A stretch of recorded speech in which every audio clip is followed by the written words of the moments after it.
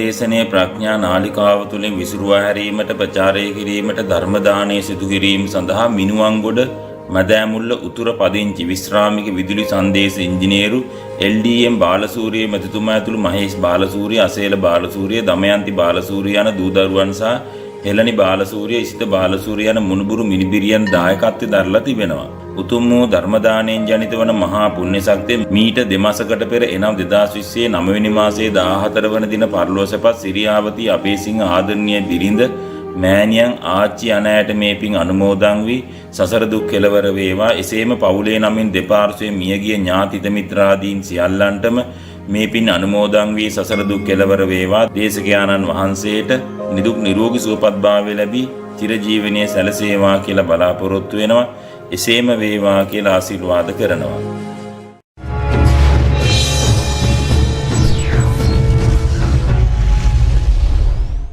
බුද්ධං සරණං ගච්ඡාමි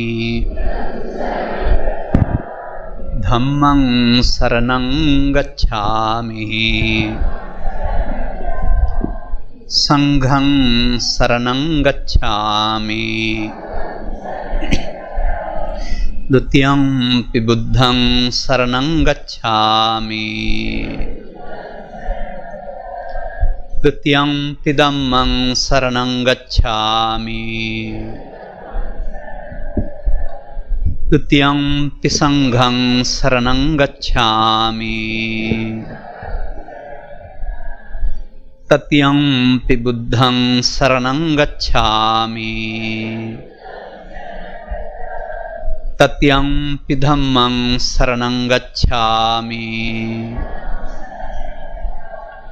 တတိယံ පි සංඝං සරණං ගච්ඡාමි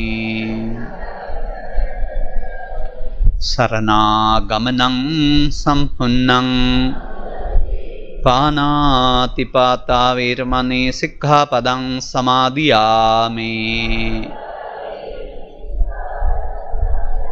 อดินนาดานา เวรมณี สิกขาปดัง සමාදියාමි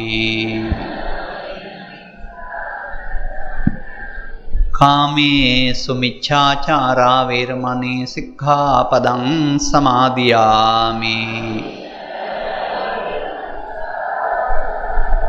มุสาวาดา เวรมณี සික්ඛාපදං සමාදියාමි สุราเมเร මජ්ජපමාදට්ඨානා เวรมณี සික්ඛාපදං සමාදියාමි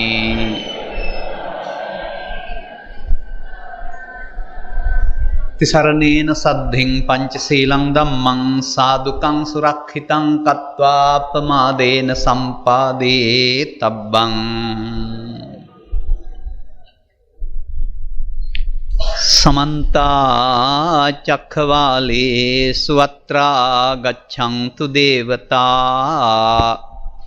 सद्धम्मं मुनिराजस्य सुनन्तु सग्ग मोक्षदं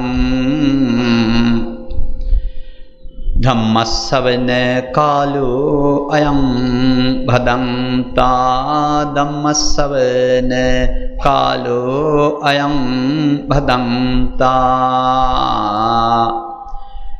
ධම්මස්සවන කාලෝ අයං භදන්තා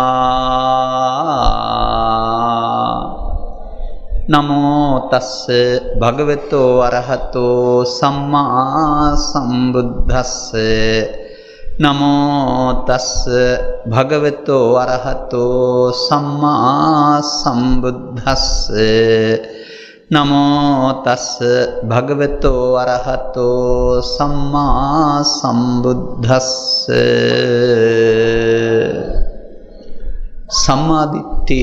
सम्मादिट्टिको आवसो उच्यति कितावतानुको आवसो आर्य श्रावको सम्मादिट्टिको होति दम्मेन अवच्य प्रसादेन समानागतो होति उजुगतस्स दिट्ठि आगतम इमं सद्धम्मं तीति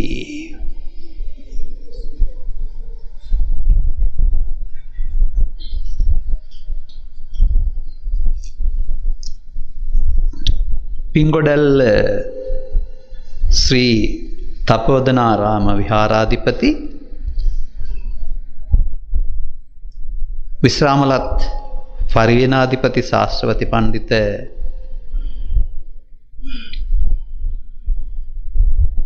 නම්බපාන සුදම්ම නායක හිමියන් වහන්සේ ප්‍රමුඛ පූජනීය මහ සංඝරුවනින් අවසර. මෙම ධර්මානුශාසනාව මෙම ස්ථානයේ කිරීම සඳහා අපට ආරාධනා කළා වූ සම්මාදිට්ඨි තරුණ කැල ප්‍රමුඛව සිටින අපට සවන් දීම සඳහා මේ ඉරුදින සන්ධ්‍යාවේ ඔබේ විහාරස්ථානයට පැමිණ සිටින ලොකු කුඩා ස්ත්‍රී පුරුෂ සදහවර පින්වතුනි, අත උස්සලා කියන්න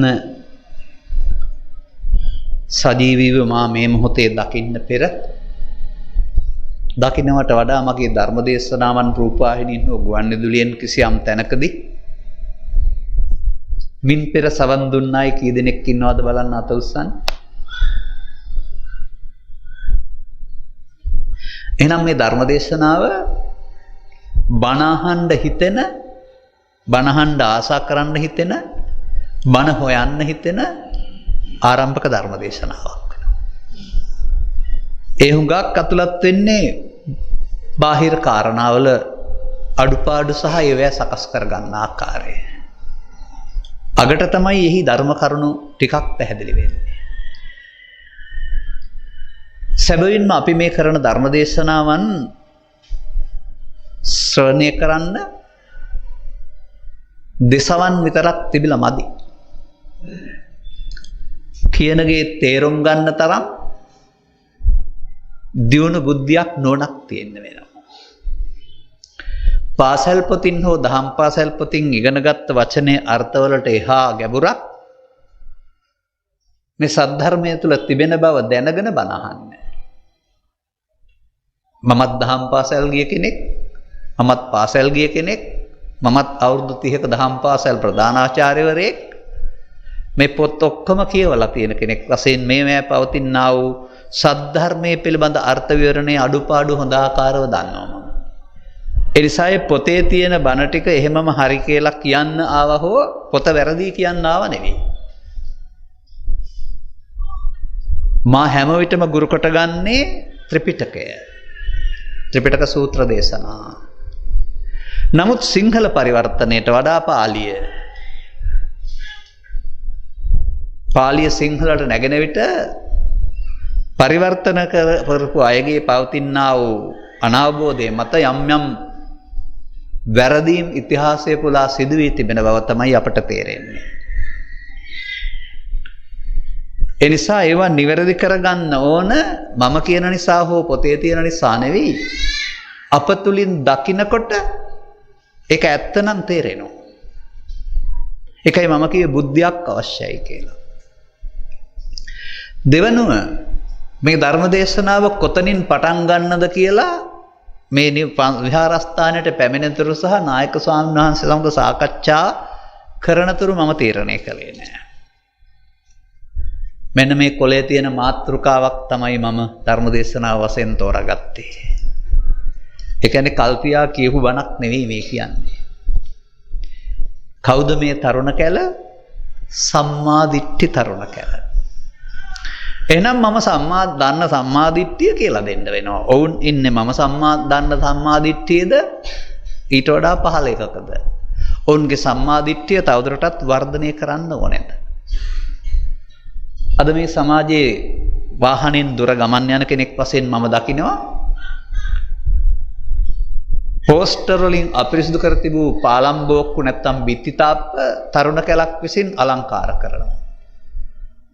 හොඳ දෙයක්. කවුරුත් ඒක නරකයි වැරදි කියන්නේ නැහැ.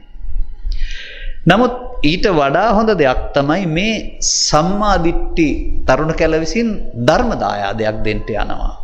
අරකින් ධර්ම දායාදය හම්බ වෙන්නේ නැහැ. ඒක දැකලා ඔවුන්ගේ කලා කුසලතාවයන් කලා කෞශල්‍යයන් පිළිබඳ සතුටු වෙයි. එහෙම නැත්නම් සතුටක් ලබයි. පරිසරය පිරිසුදු වෙයි. සබ්බ දානං ධම්ම දානං ජිනාති බුද්ධ වචනය. අනික් දාන පරදිනවා ධර්ම දාණයට. එහෙනම් මේ සම්මාදිට්ඨි කැලගේ මේ සමාජිකයන්ගේ උත්සාහය අරට වඩා උසස් ශ්‍රේෂ්ඨ දෙයක් වශයෙන් මම දකිනවා. අපි කුමකටද දවස් ධර්ම ශ්‍රවණය කරන්නට ඕන? ඒ පිළිබඳ අවබෝධයක් අපේ සමාජයට නැහැ. බොහෝ දෙනා කල්පනා කරන්නේ මරණයක් වුණාම 7 දවස් පින්කමක් 3 මාස පින්කමක් තියෙනකොට බණක් කියවන්න ඕන පින් දෙන්න. ඇහුවත් කමක් නැහැ නැතත් කමක් නැහැ. ඒ බඳු පහළ තැනකනේ අපි ඉන්නේ. මොකටද අපි ධර්ම ශ්‍රවණය කරන්න ඕන කියන ප්‍රශ්නෙට උත්තරේ මම දෙන්නේ මෙන්න මෙහෙමයි. කිඹුල්වත්පුර ශාක්‍ය වංශය තුළ උපදිනවා කුමාරයෙක් නම තියෙනවා සිද්ධාර්ථ කියලා. අපට අපේ අම්මා තාත්තා දෙන නම වගේ උරුම නම. ඒ යුගයේ එතුමන්ට උපරිම සැපතක් ලැබෙනවා. අපි එකට කියන්නේ කම්සුව, පස්දොර පිනවන සැනසීම. ඒ පරම සැපේ වශයෙන් එදත් සැලකුවා, අදත් බොහෝ දෙනා සලකනවා. ඊට එහා සැපතක් හොයන්න මේවා අතහැරලා වනාන්තරගත වුණු පිරිසක් හිටියා. ඔවුනුත් යම් සැපතක් හොයන්න හිටියා. ඒක කාම සුඛය නෙවෙයි, නමුත් ඒක වේදිත සුඛයක්. ඒක ධාන සුඛයක්. මේ සිද්ධාර්ථ තරුණෙක් වශයෙන් මේ දෙපැත්තම පරිහරණය කරලා බලලා මේ දෙකට වඩා උත්තරීතර වූ දෙයක් හොයන්න ස්වකීය සිත මෙහෙයුවා.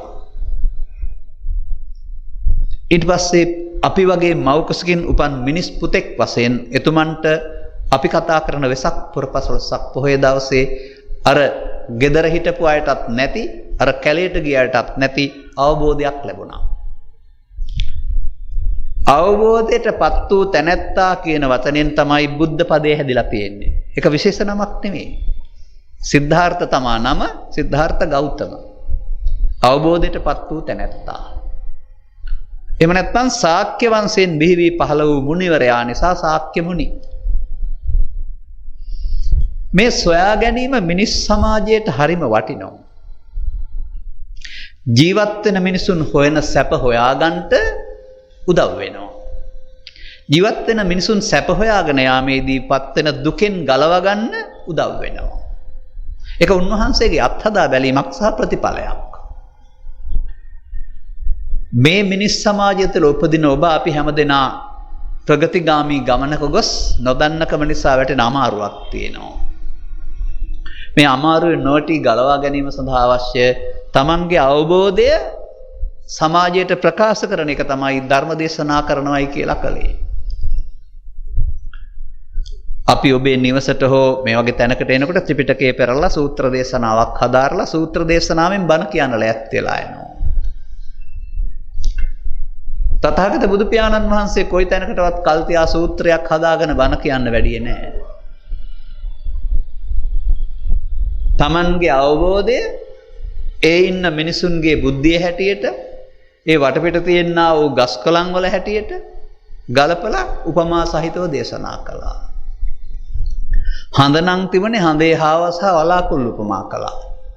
සාගරයක් නම් තිබුණේ සාගරේ වැලි සහ සාගරය ගැන කතා කළා. ගවරැලක් නම් හිටියේ ගවරැලේ තියෙන දක්ෂකම් සහ දුර්වලකම් ගැන කතා කළා. කිරිගහක් නම් තිබුණේ කිරිගහේ කිරි පිළිබඳව කතා කළා. ඒවා උපමා කොට තමන්ගේ අවබෝධය දේශනා කළා. චුල්ලහත්ති පදෝපම, චුල්ල සාකාරෝපම, ආසී විසෝපම, කීර රුක්ඛෝපම බලන්න අර එකකට උපමා කොට දේශනා කළප සූත්‍රය. මේක කොහේ හරි වදාලා නම් අහගෙන හිටියා නම් ආනන්ද හාමුදුරුවෝ පාඩම් කරගන්නවා, නැත්නම් ආනන්ද හාමුදුරුවන්ට ගිහින් මේක කියන්න ඕන බුදුරජාණන් වහන්සේ.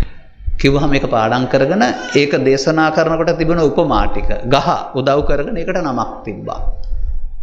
එහෙමයි සූත්‍රයක් හැදලා තියෙන්නේ. හැබැයි නමුත් හැම සූත්‍රයක් තුළම උන්වහන්සේ ඒ හමු වුණ මිනිසුන්ට සැනසෙන මඟ කියලා දුන්නා. නොදන්නාකම නිසා මිනිසා දුකටපත් වෙන හැටි ජීවිතය තුළ පළමුව කියා දී. දෙවනුව ඊයින් ගැලවෙන හැටි ජීවිතය තුළ කියා දුන්නා. මෙයින් මා ඔබට පළමුව කියන්ට උත්සාහ කරන්නේ බුදු සමයේ ධර්මය යනු වඳින්න පුදන්න තියෙන දෙයකට වඩා ප්‍රායෝගිකව අනුගමනය කරමින් ප්‍රතිඵල ලබන්න ඕනෑ දෙයක්. ඔබ මේ තේරුම් අරගෙන ඔබ ඔබට සරණ කරගන්න ඕන. එකයි ප්‍රායෝගික ප්‍රතිපදාවක් කියලා කියන්නේ. නමුත් ඒ ගැඹුරු කොටස පිළිබඳව අවබෝධයකින් යුක්තව කටයුතු කරපු අම්මා කෙනෙක්, තාත්තා කෙනෙක්, ගුරුවරයෙක් ඔබේ පූර්වාදර්ශයට නැහැ. පූර්වාදර්ශයට ගන්න කෙනෙක් අපි උපන් ලෝකෙ හිටියේ නැහැ. ඒ නිසා අපට මේ පිළිබඳ කුකුසක් තියෙනවා. මේවා කරන්න පුළුවන්ද බැරිද මේ ජීවිතේ? ඒ නිසා අපට සිදු වෙලා තිබෙනවා මේ දේවල් තේරුම් අරගෙන අනුගමනය කිරීමෙන් මේ යුගයේ ප්‍රථම වතාවට මට හෝ තේරුම් ගත්ත ඔබට මේ ඉදිරි පරපුරට ආදර්ශමත් වෙන්න මෙන්න බුදු සමයෙන් ජීවිතය තුළ පෙන්වන සැනසීම කියලා. ඒ බුදු සමයෙන් පෙන්වන සැනසීම එදා කිඹුල්වත්පුර යුගයේ එදාට, මහින්දාගමනයේදී එදාට, අද නම් අදට, තව අවුරුදු 5000ක පස්සේ නම් එදාට, තව ලක්ෂ 5කට පස්සේ නම් එදාට. සර්වකාලීනයි. මේක අතීතයට ගිය දහමක් හෝ අනාගතේ උදා වෙන්න තියෙන දහමක් නොවේ. ජීවත් වෙන මිනිසුන්ට, ජීවිතයේ සැනසීම හොයන මිනිසුන්ට සැනසීම හොයන්න ගොස් දුකටපත් වෙන එක වළක්වා දෙමින් හෙව්වට වඩා හොඳ සැනසීමක් හොයා දෙන මගක්. ඔබ කැමති නැද්ද ඔය ඉන්න තැන ඉඳලා, ඉන්න තැන කියන්නේ ඔය දැන් වාඩි වෙලා ඉන්න තැන නෙවෙයි. මවක්, පියෙක්, දරුවෙක්, ගුරුවරයෙක් ආදී වශයෙන් ඔබට පැවරී තිබෙනා වූ ස්ථානයේ සිට සැනසෙලිදායක ජීවිතයක් ගත කරන්න. කැමති නම් ඔබ අර කුඩා කාලේ කියපු පදේ අර්ථය තේරුම් ගන්න ඕන.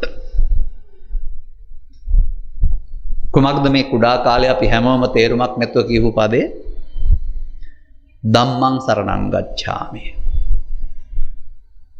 ඒක අපි පළවෙනි වතාවට කියන විට ඒකේ තේරුම දන්නේ නැහැ. මොකට කීවද දන්නේ අනුන් කියනවට කීවේ. පසුව ගුරුවරයෙක් කියා දුන්න නිසා හෝ දහම් පාසල් අධ්‍යාපනයේ පාලිය පොඩ්ඩක් ඉගෙනගත් නිසා මේකට සිංහල අර්ථයක් හදාගත්තා ධර්මයේ සරණ යමි කියලා.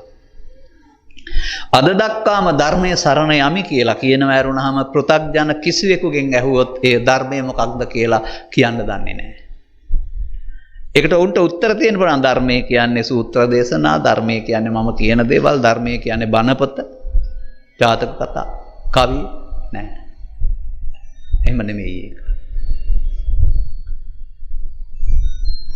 සසරේ තියෙනවා බුදුන් වහන්සේලා පැහැදිලි කරන සංසාරගත දුක්ඛය කියලා එකක්. අපට තේරෙන්නේ නෑ ඒක. මේ සංසාරගත දුක්ඛය බුදුවරු පහළ නොවු සමාජයේ මිනිසුන්ට වැළඳ ගන්න සිදු වෙනවා, සංසාරේ ගමන් කරන්න සිද්ධ වෙනවා. ඒ සංසාරගත දුක්ඛෙන් මිදීමට බුදුන් වහන්සේගේ පරියසනයේ උත්තරේ උන්වහන්සේ පාවිච්චි කළේ ධර්මයක්. ඒ ධර්මයමයි බුදුන් වහන්සේට සරණ වුණේ, ඒ ධර්මයමයි සරියුත් මොගලන් වලට සරණ වුණේ, ඒ ධර්මයමයි වක්කලි හිමියන්ට සරණ වුණේ, ඒ ධර්මයමයි මිහිඳු මහරහතන් වහන්සේට සරණ වුණේ, ඒ ධර්මයමයි මට සරණ වෙන්නේ, ඒ ධර්මයමයි ඔබටත් සරණ වෙන්න ඕන. එහෙනම් ධර්මයේ කුමක්දයි තේරුම් ගන්න වෙනවා. ධර්මයේ ශ්‍රවණය කරන්න ඕන. එහෙමනම් ලබාගත් ජීවිතය තුළ ප්‍රයෝජන ගන්න. මතක තබා ගන්න. කුමක්ද මේ අරමුණ ඉක්මවා යන සරල අරමුණ අපේ තිබෙන? ඔබේ ජීවිතයට හුරු වෙලා තිබෙන? ඔබේ නිවසේ 7 දවස් 3 මාස පින්කමකදී ධර්ම දේශනා කරවන්නේ කුමටද? මීගේ ඥාතිවරුන්ට පින් දෙන්න. ධර්මයේ ඇහුවත් කමක් නැහැ කවුරුවත්. මේ ධර්මයේ ශ්‍රවණය කරලා සාදු කියලා බණ නම් හොඳයි කියලා අපට සහතිකයක් දීලා දෙන දෙයක් කාලා ගෙදර යනවා. ඊට එහාට යමක් කරන්න තියෙනවයි කියලා කවුරුත් දන්නේ නැහැ. බණ අසනවා නම් පින්මය සිදු වෙන්නේ කියලා කවිපදයක් තියෙනවා. අවුරුදු 25ක 30ක පරණ කාලේ. එහෙනම් පින් සිද්ධ වෙන්න බණ අහන්න පුරුදු වෙලා ඉන්නවා. මේ තේමාවට වඩා ගැඹුරු දෙයක් මේකේ තිබෙනවා. මන්දයත් ධර්මදේශනාවට වඩා වෙනත් නිල ක්‍රමයක් ත්‍රිපිටකය තුල තියෙනවා මියගේ ඥාතීන්ට පින් දෙන්න. නිල ක්‍රමයක් තිබෙනවා. ඒ ඔවුන් පින් අවශ්‍ය තැනක උත්පත්තිය ලබා තිබේ නම් පූජනීය මහා සංඝරත්නය නිවසට වැඩම කරවා උන්වහන්සේලාට දානය සහ පරිස්කාර පූජා කිරීමෙන් පසුව තමයි මෙවැනි බණ දේශනා කරලා පුණ්‍ය ආනුමෝදනා කරන්නේ. දානය සහ පරිස්කාර පූජාවේ ආනිසංස. මේක මම ඔබට හිතන්න කියන දෙයක්. ධර්මදේශනාවක් අවසානයේ පරිස්කාර පූජා කරන්න එපා හෝ පූජා කරලා පින් දෙන්න එපා කියන්න නෙමෙයි ලෑස්ති වෙන්නේ. ත්‍රිපිටකය පෙරලලා බලන්න නැත්නම් උපදෙස් ගන්න කාගෙන් හරි. ඔය අවබෝධයට පත් වූ තැන් පටන් ශරීරය අතහැරන දවස දක්වා අවුරුදු 45ක කාලයක් තුල කරන ලද 18000ක් යයි කියනු ලබන්නා වූ ධර්මදේශනාවල එකකවත් මා විසින් කරන ලද මෙම ධර්මදේශනාවෙන් සිද්ධ කරගත්තා වූ පින අහවල් මියගිය ඥාතිවරයාට අනුමෝදන් වේවායි කියලා පින් දීලා අවසන් කරපු එක බණක් තියෙනවා නම් මට පෙන්වන්න. එහෙම තියෙනවා නම් ආනන්ද හාමුදුරුවෝ තථාගතයන් වහන්සේ මෙම ධර්මදේශනාවෙන් පසු අහවල් ඥාතීන්ට පින් දී ධර්මදේශනාව හමාර කළසේක කියලා තිබෙන්නටම ඕම පාළියෙන්. නෑ භගවතෝ වාසිතං අභිනන්දුන්ති කියලා විතරයි තියෙන්නේ. එහෙනම් අපි කරවටට වඩා එහාට ගිහින් කරවටට ගිලුණාට මොකුත් වෙන්නේ නෑ. කටනාහෙට ඉහෙන් ගිලුණොත් මොකද වෙන්නේ? අපි මේ ධර්ම දේශනාවල මුඛ්‍ය පරමාර්ථය වැරදි පැත්තකට හරවගෙනයි අද ඉන්නේ. අපි පින් දෙන්න බණ අහනවා ඇරුණාම තේරුම් ගන්න බණ අහන්නේ නෑ. අපි පන්සලට ඇවිදින් පින් ගෙනියනවා ඇරුණාම අවබෝධය ගෙදර ගෙනියන්නේ නෑ. විදේශිකයෝ හෝ අන්‍ය ආගමිකයෝ බලන් හිටියොත් බුදුබණ තියෙන්නේ පින් දෙන්න කියලා වැරදි ආකල්පයක් ඇති කරගන්නේ නැද්ද? අපේ ආගමට පහරක් නොවේද ඒක? මේ ප්‍රකාශනය කියන්නේ sannivedana මාධ්‍යයක්. ඔබේ කනට මේ මම කියන්නේ තේරෙන්න. ඔබෙන් පිටුපස හැදෙන්නා වූ දරු પરම්පරාව බලන් ඉඳලා කල්පනා කළොත් එහෙම බුදුබණ තියෙන්නේ තාත්තා හරි අම්මා හරි මැරුණාම කියවලා පින් දෙන්න කියලා. ඔවුනුත් ධර්මයෙන් ඈතට ගිහිල්ලා ඔබ මැරෙන කල්ම ඉඳී පින් දෙන්න බණක් කියවන්න. එනිසා මේ තේමාව වෙනස් කරගන්න වෙනවා. sannivedanayak නේ. ඔබට කරුණු පැහැදිලි කරන්න. මම ඒකට හේතුව තමයි ඉදිරිපත් කළේ තථාගතයන් වහන්සේ යමක් දේශනා කළා නම් දේශනා කළ තැන ඒවම් මේ සුතං ඒකං සමයම් පාඨේ ආනන්ද හාමුදුරුවෝ ඇතුළත් කරලා තිබෙනවා. අවසානයේ බණ ඇසූ පුද්ගලයන් කළ ප්‍රකාශය අභික්ඛන්තම් බෝ ගෝතම පාඨයෙන් ඉදිරිපත් කරලා තිබෙනවා. මැද කොටස තමයි ධර්ම දේශනාව. මා කියවූ පාඨවල පාලි පාඨවල සිංහල පාඨවල තථාගතයන් වහන්සේ මෙම ධර්ම දේශනාවකට මියගින්ට පින්දී ධර්ම දේශනාව අවසන් කළසේක කියලා එකකවත් නැහැ. එහෙනම් කාලයාගේ ඇවැමෙන් අපි සකස් කරගත්ත චාරිත්‍රයක් ඇරුණාම මේක ධනාත්මක නැහැ. බුදුන් වහන්සේගේ ගෙනීමට වඩා ඍණාත්මකයි. බුදුන් වහන්සේත් නොකල දේවල් අපි ලෑස්ති කරගෙන. ඒකෙන් වෙන්නේ බන බාල වෙන එක. අරක කරන්න එපා හැම කියනවා නෙවෙයි මම. මෙබැවින් අපි මාතෘකාවට යමු. මේ සංවිධානය සම්මාදිට්ඨි තරුණ කැලක්. ආර්ය අෂ්ටාංගික මාර්ගයේ 6-7 පන්තිවලදී උගන්වනකොට සම්මාදිට්ඨි කියලා වරහන් ඇතුලේ යහපත් දැකීම කියලා සිංහල තේරුමක් අපට දෙනවා දහම් පාසලේ හෝ පාසලේ. ඊට එහා අපි ඒ ගැන දන්නේ නැහැනේ. මේ සසුන තුල තථාගතයන් වහන්සේ ඉගැන්වීම තුල සම්මාදිට්ඨි කීයක් තිබෙනවද? බොහෝ දෙනෙක් අපේ අහිංසක උපාසක උපාසිකාව දන්නේ නැහැ. මහා චත්තාරීසක සූත්‍රය කියුවේ නැත්නම් පූජනීය මහා සංඝරත්නය ඒක දන්නෙත් නැහැ. මොකද සත්‍ය විභංග සූත්‍රය ඒක නැහැ.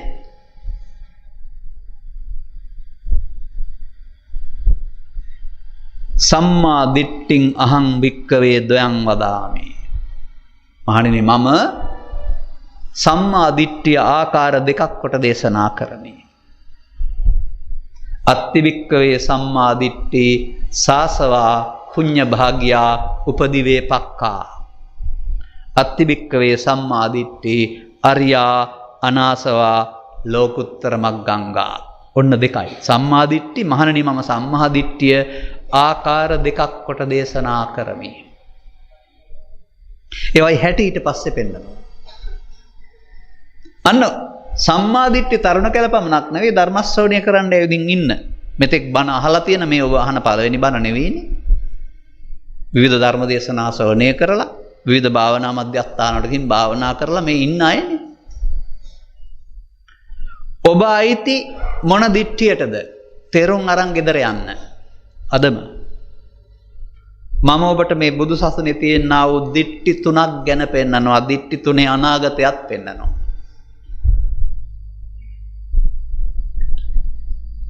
මහණෙනි සම්මා දිට්ඨියක් තියෙනවා. ඒක කෙලෙස් වලින් යුක්තයි. සාසවා කියන්නේ ඒකයි.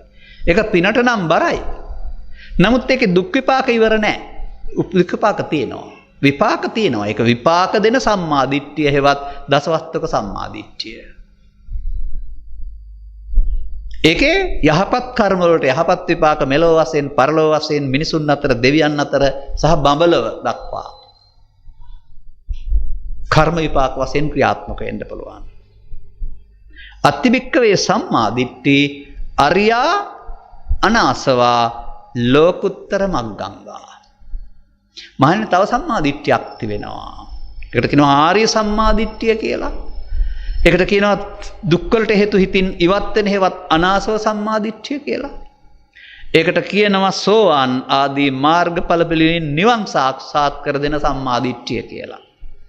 ලෝකුත්තර මග්ගංගා කියන්නේ ලෝකෝත්තර මාර්ගාංග කියන එක. ඔබේ භාෂාවෙන් නම් සෝවාන් සකෘදාගාමි අනාගාමි අරිහත්. සෝවාන් සකෘදාගාමි අනාගාමි අරිහත් පිළිවෙලින් නිවන් හම්බ වෙන්නේ කාටද? ආර්ය සම්මා දිට්ඨිකයාට. දසවස්තුක සම්මා දිට්ඨිකයාට නිවන් හම්බ වෙන්නේ නැහැ. ඔහුට කර්ම විපාක වශයෙන් ආයු වර්ණ සැප බල හම්බ වෙන්නේ. ඔහුට සසරේ සුගතිගාමි වෙන්න විතරයි පුළුවන්. ඊට පහළ තව දිට්ඨියක් තියෙනවා. ඒක බුදු සමයේ සඳහන් කරන්නේ සම්මා දිට්ඨි කියලා නෙවෙයි, නියත මිත්‍යා දිට්ඨිය කියලා. ඔබ අතර ඉන්නත් පුළුවන්, ඔබේ පවුලේ ඉන්නත් පුළුවන්, ඔබේ ගමේ ඉන්නත් පුළුවන්. කවුද මේ නියත මිත්‍යා දිට්ඨිකයන් කියලා කියන්නේ? ඔබ ඉතින් ඔබ කියන අදහස පිළිගන්නේ නැති ඕන කෙනෙකුට මිත්‍යා දෘෂ්ටිකයෙක් කියලා කියයි. එහෙම නෙවෙයි ඒක. මේ මිත්‍යා දිට්ඨිය විග්‍රහ කරන විදිහක් තියෙනවා ත්‍රිපිටකයේ. චුන්ද වැනි සූත්‍රවල. ඔහු එවන්දෙක් ස්ත්‍රී හෝ පුරුෂ ගිහි හෝ පැවිදි. දානයට යහපත් විපාක තියෙනවා කියලා, සීලයට යහපත් විපාක තියෙනවා කියලා, පුද පූජාවන්ට යහපත් විපාක තියෙනවායි කියලා පිළිගන්නේ නැහැ. අම්මට තාත්තට උපස්ථාන කළාට යහපත් විපාක තියෙනවා කියලා පිළිගන්නේ නැහැ. පරලෝ යාමක් තියෙනවා කියලා පිළිගන්නේ නැහැ. භූත ප්‍රේත ඕපපාතික සත්වයෝ ඉන්නවා කියලා පිළිගන්නේ නැහැ. සත්‍ය පසක් කොට මහාන බමුණන් වහවත් බුදුන් රහතුන් කියලා කොටසක් ලෝකේ පහළ වෙනවායි කියලා පිළිගන්නේ නැහැ. එතකොට ඔහුට ඒකේ කියවෙන්නේ මෙලව පරලව පින්පව් පිළිගන්නේ නැහැ. එබැවින් ජීවත් වීම සඳහා ඕනෑම දුස්චරිතයක් කළ හැකි. ඔහු දැඩි ආත්මාර්ථකාමියෙක්. ඔහු හොයයි. ඉතින් මේවා තවත් විදිහට එදත් තිබුණා. පින්පව් දෙකක් නැත කියලා කතා කරපු ශාස්ත්‍රවෘත් හිටියා. මරුණාම ආයෙ උපදින්නේ නැහැ කියන ශාස්ත්‍රවෘත් හිටියා. එදා ඕක එහෙම පහල කතා කරනකොට අද ඊට වඩා වෙනස් ක්‍රමයකට මේක කතා කරනවා සමාජයේ. දැන් අපි කතා කරන්නේ සිත මුල් කොටගෙන, පුද්ගලයා මුල් කොටගෙන, නමුත් විද්‍යාව කතා කරන්නේ කය මුල් කොටගෙන. ඒ නිසා ඔබට සහ සතෙකුට අවශ්‍ය හැඟීම් උද්දීපනය කිරීමේදී ඒක රසායනික ප්‍රතික්‍රියාවක්, එන්සයිම නිෂ්පාදනයක් කියලා පෙන්නනවා. ඒවා හදලා දීලා තියෙන්නේ ඒ අවස්ථාවට ප්‍රයෝජන ගන්න. ඊට එහාට දෙයක් මේකේ නැහැ. මරුණාම ඉවරයි. බොහොම ලේසියෙන් මේකට යන්න පුළුවන්. ඒ නිසා ඉබ්බට හදලා දීලා තියෙනවා හදිස්සියක් වුණාම කටුව ඇතුලේ හැංගෙන්න. සුනකයට ලබා දීලා තියෙනවා ඡණ්ඩ පරුසකමක් හපලා අනිත් අය බය කරලා දිනන්න. මුවාට ලබා දීලා තියෙනවා දැක්කහම කොටියක් පැනලා දුවන්න හයියක්. එහෙව දීලා තියෙන්නේ උණ්ඩ මොලේ නැති හින්දා. මොලේ තියෙන ඔබට ඒව නෙවෙයි දීලා තියෙන්නේ. මේ කතා කරන භාෂාවන් ආසෙන් තේරුම් අරගෙන මේ එන්සයිම පාවිච්චි කරන්න නෙමෙයි ඔබට දීලා තියෙන්නේ බුද්ධිය පාවිච්චි කරලා ප්‍රශ්න විසඳන්න.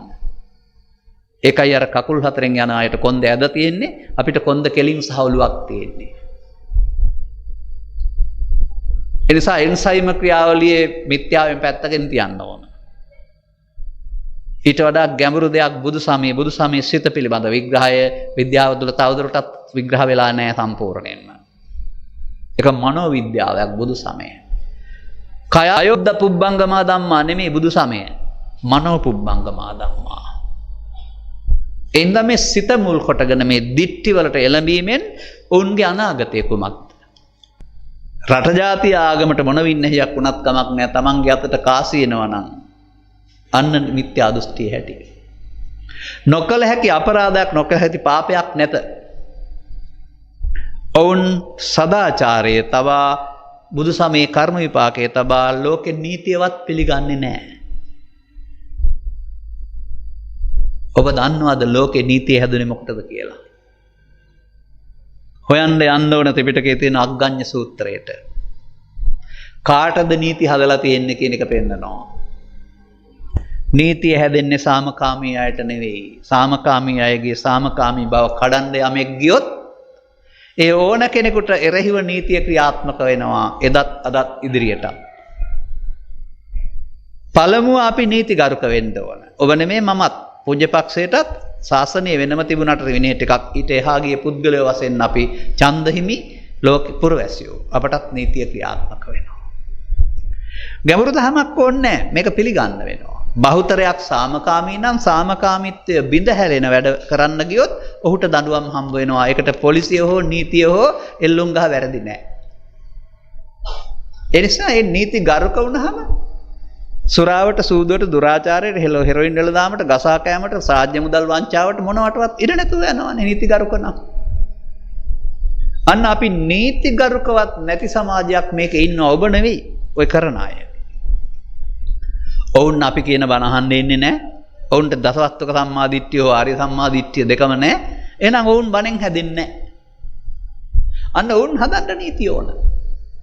එක එක රටවල් වල මේ වැරදි කරන තරමට ඉහළින් නීති පනවනවා. වැරදි අඩු වෙන තරමට නීති ලිහිල් කරන්නත් පුළුවන්. ඒක සදාකාලිකව එක තැන තියෙන්න ඕන නැහැ. ඔන්න පළවෙනි පියවර. එබැවින් නියත මිත්‍යා දෘෂ්ටිකයා බුදුන් පිළිගන්නේ නැහැ, දහම් පිළිගන්නේ නැහැ, කර්ම විපාක පිළිගන්නේ නැහැ, උපතින් පස්සේ මරණයෙන් පස්සේ උපතක් පිළිගන්නේ නැහැ, මොකක්වත් පිළිගන්නේ නැහැ. එහෙනම් ඉතින් අම්මා මරලා හරි තාත්තා මරලා හරි රජයේ දේපල හොරකම් කරලා හරි මොනම දුරාචාරයක් කරලා හරි බඩ වඩා ගන්න මුදල් හෙව්වට කමක් නැහැ කියන දුෂ්ට ප්‍රතිපත්ති මොලේ නැති හින්දා. ඒ නියත මිත්‍යා දෘෂ්ටිකයෝ. ඔන්න පළවෙනි දිට්ඨිය. මේ දිට්ඨියේ ගාමිත්වයක් තියෙනවා. ඔබ අසා තිබෙනවද භවගාමී කියලා අපේ ස්වාමීන් වහන්සේ ඉස්සර වෙලා කිව්වා. භව කියන්නේ බුදුන් වහන්සේ හොයාගත්ත මේ සත්වයාගේ කර්මයන්ට අනුව සකස් වෙන අනාගත පැවැත්මවල ටිකක්. කාම භවය, රූප භවය, අරූප භවය. කාම භවයේ තියෙනවා කාම දුගතිය සහ කාම සුගතිය කියලා එකක්. කාම දුගතිය කියලා ඔබ කතා කරන එකට කියනවා සතර අපාය. අන්න මේ නියත මිත්‍යා දෘෂ්ටිකයන් මරණින් පස්සට සෝකායස්ස වේදෝ පරම්මරණා දුග්ගතින් උප්පජ්ජති. විශ්වාස කළේ නැතුවට කමක් නැහැ. ඔහු එහෙනම් ඔහුට පවෙන් පරලෝ යාම නැමැති අනාගත ඉරණමටපත් වෙන්න සිද්ධ වෙනවා. ඔන්න නියත මිත්‍යා දෘෂ්ටිංගේ ආරමුණ. ඒක ඔහෙම කීවට තේරෙන්නේ නැහැ. මේක මීට වඩා මට පැහැදිලි කිරීමේ හැකියාවක් තිබෙනවා සවන් දෙන්න. මා මෙන්ම ඔබත් බුදු සමයේ පෙන්වන අපාය සහ දිවි ලෝක පිළිබඳව අසා ඇති. නමුත් මේක පිළිබඳව අපි අවබෝධ කරගත්තේ අපේ නුවණින්. අපි මේ පොළොවේ ඉන්නවා වගේ පොළොව යට අපායක් තියෙනවා. අපි මේ පොළොවේ ඉන්නවා වගේ ඉහළ කොන්ක්‍රීට් වනාන්තරයක් වගේ දිව්‍ය ලෝකයක් බ්‍රහ්ම ලෝකයක් තියෙනවා. ඒකට අපි යනවා කියලා අපි හිතන්නේ. නමුත් අපේ ශරීරය විහිදන් කරනවා භූමදානය කරනවා හැම යන්නේ නැහැ. කවුද කොහාටද යන්නේ? මොකක්ද යන්නේ? ඉතින් අපෙන් අහනවා ප්‍රශ්න. මම මෙතන කියනවා හොඳ වචනයක් ඔබට. මේ වගේ වචනයක් කියන්න පුළුවන් මේක පැහැදිලි කරන්න පුළුවන් දේශකින් වහන්සේ කෙනෙකුට විතරයි. දේශකින් වහන්සේට මේක පැහැදිලි කරන්න බැරි නම් ඒ වචනේ කියලා ඔබේ ඔළුව අවුල් කරන්නත් හොඳ නැහැ. මේ නියත මිත්‍යා දෘෂ්ටිකින් සඳහා මේ ටික කියන්නේ. ළමා කල මමත් ඔය කුරුණෑගල මැද්දේගමටයි මාතලේ කවට යමුනේටයි මාතර විහෙර විහෙනටයි වැවුරු කනලටයි ගිහින් තියෙනවා. ඒවයි අඹලා පෙන්ලා තිනවා අපායක්. ඒක දිහා බලලා අපි හිතනවා කටුවිමලකුත් තියෙනවා පොළොවට, ක්‍රියතකුත් තියෙනවා, දෝදිය හැලියකුත් තියෙනවා. නමුත් ඒවා හදන්න ඇත්තේ පවට බය කරන්න. නමුත් ඒ මිනිස්සුන් මගේ උපකල්පනය වැරදි. අපාය පොළොව යට තියෙනවා කිව්වොත් වැරදි, අපාය නෑ කිව්වොත් වැරදි. ඔන්න වචනේ මම කියපු එක. අපාය නෑ කිව්වත් වැරදි, ඒක පොළොව යට තියෙන තැනක් කිව්වත් වැරදි. දැන් මම මේක ලියනවා හොඳට අහගන්න. මට හම්බ වුණා ඊපෙරේදා මගේ ධර්ම දේශනාවන් ශ්‍රවණය කරපු පිරිසක්. ඔවුන් මට කතාවක් කිව්වා. සත්‍ය කතාව මේ ලංකාවේ. කැලෑබද ප්‍රදේශයක වැටකට විදුලිය සම්බන්ධ කරලා පුද්ගලයෙක් ඌරන් දඩයම් කරන්න යොදලා හිටියලු. විදුලිය රාත්‍රියට විසන්ධි කරලා පේනවා. ගානක් නෑ ඔහුට ඌර මැරුණට. දවසක් හදිසිය යන ත්‍රිරෝද රථයක් පෙරලිලා විදුලි සැර වැඩීමෙන් පුද්ගලයෙක් මිය ගිහිනුත් හිටියලු. විසන්ධි කරලා ඔහු ගැලවුණා. ඔහුගේ වැරද්දක් නෙවෙයි කියලා. කලක් යනකොට ඔහුගේ උගුරේ හටගත්තයි කියනවා පිළිකාවක්. ඊට පස්සේ ඔහු කතා කරගන්න බැලුවා ඌරෙක් වගේ ගොරව ඉඳලා මිය ගියයි කියලා කියනවා. ඇත්ත කතාවක්. දැන් කොහොමද මේක අපි ගලපන්නේ? අපි යම්කිසි ක්‍රියාවක් කරන්න ගියාපුහම ඒකට අදාළ දෙයක් අපේ සිතේ සකස් වෙනවා. සිතේ සකස් වුණාම බාහිර ලෝකේ නැතුවට අපිට සිතින් මේක බලන්න පුළුවන්. මගුල් ගෙදර ගිහින් පුරුදු නම් හීනෙන් මගුල් ගෙදර යන්න පුළුවන්. අවමගුල් උස්සයකට ගිහින් අඩලා පුරුදු නම් හීනෙන් දැක්කොත් අඩනවා පේන්න පුළුවන්. අර සිහින ලෝකය මෙහෙ තියෙන එකක්ද ඔබේ හිතේ තියෙන ලෝකයක්ද? තරුණයේ කුකුල් කෝඩුවක් හදලා කුකුල්ලුන්ගේ කෙස් තටු ගලවලා බෙල්ල මෙරිකලා විකුණන්න පුරුදු වෙලා හිටියලු. ටිකක් කල් යනකොට හොට නිදා ගන්න විදියක් නැතුව හීනෙන් පෙනනවලු කුකුල්ලු කොටනවා. හැබැයි කූඩුවේ එක කුකුල්ලෙක්වත් ඇරලා නැහැ. එවුන් නෙමෙයි කොටන්නේ. අර හීනෙන් හිතේ පේන කුකුල්ලු. දැන් බය වෙලා හැරෙනවා නිදා ගන්න විදියක් නැහැ. දැන් කුකුල්ලුන්ට දඬුවම් දෙන්න ගිහින් මරන්න ගිහිල්ලා හිත ඇතුලේ හැදුන ලෝකෙක නේද අර බය වෙන්නේ. ඒක කවුරුවත් හදලා දුන්නාද? අපිට ඒක තියෙනවද? ඒක තියෙන්නේ යාට. මිනිස්සෙක් ඌරන් මරලා විකුණන්න පුරුදු වෙලා හිටියලු. ඌරත් තලලා ගෝණියකට දාලා ලේ ටික උරන්න ඇරලා මස් කරලා විකුණන්නේ. ඌරු කොටුවේ ඌර මේක දැනගත්තාම දුවන්න පටන් ගත්ත නිසා දඩයම් කරන්න සුනකයෝ ටිකක් සකස් කරගෙන ඌරු කොටුවට සුනකයෝ ටික දාලා අදාළ ඌර පෙන්නපුවම මරන්න ඕන කෙනා ඌ පස්සේ පන්නනවලු. සුනකයාට තරම් දුවන්න බැරි නිසා ඌර හැටි දාගෙන වැටුනහම අරන් ගිහින් කුළු ගෙඩියක් අරන් ගිහින් ඔලුවට ගහලා මරලා මස් කරලා විකුණනවලු. මේ ඇත්ත කතාවක් 1950 අතර වෙන්න පුළුවන් වෙන්නේ නැත්තේ. ලංකාවේ. අවුරුදු 50ට පණිනකොට ධනය හම්බ වුණා රැකියාව එයා කරගෙන ගියා. නමුත් ඔහුට ප්‍රශ්නයක් මතුවෙනවා රාත්‍රියට නිදා ගන්න විදියක් නැහැ. කවුද තලනවා දැනෙනවා. තව පේන්නේ නැහැ කවුද කියලා. මෙයා තමයි ඌරන්ට තලලා මැරුවේ. දැන් නිදා ගන්න විදිහක් නැහැ. කවුද තලනවා? බය වෙලා හැරෙනවා. තව ටිකක් කල් යනකොට ඔහුට නිදා ගන්න විදිහක් නැහැ.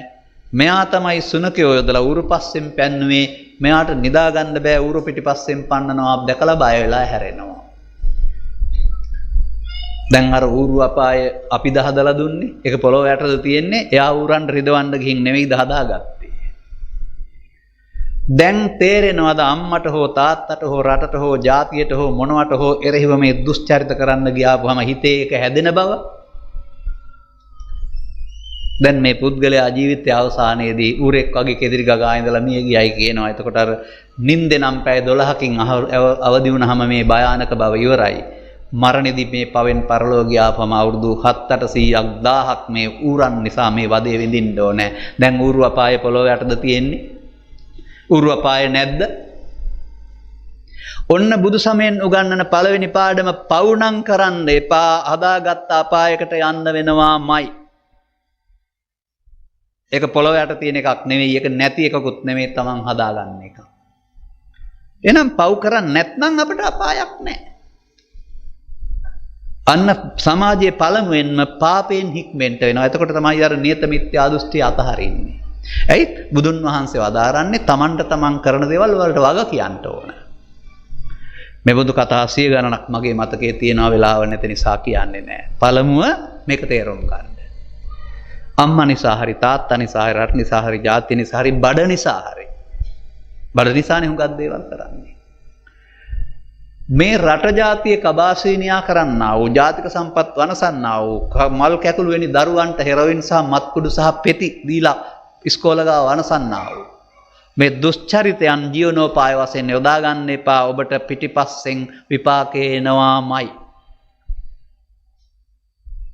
අන්න එහෙමයි මිනිසුන් මේ ලබාගත් ජීවිතේ ප්‍රයෝජන ගන්න නැතුව වැරදි වැඩ කරලා මරණින් එහා පැත්තට හදාගත්ත අපායකට ගිහින් දුක් විඳින්නේ. ඒක තිරිසන් අපාය කියන එක පේනවා, අනිත් එකක්වත් පේන්නේ නැහැ, මනෝමූලිකයි.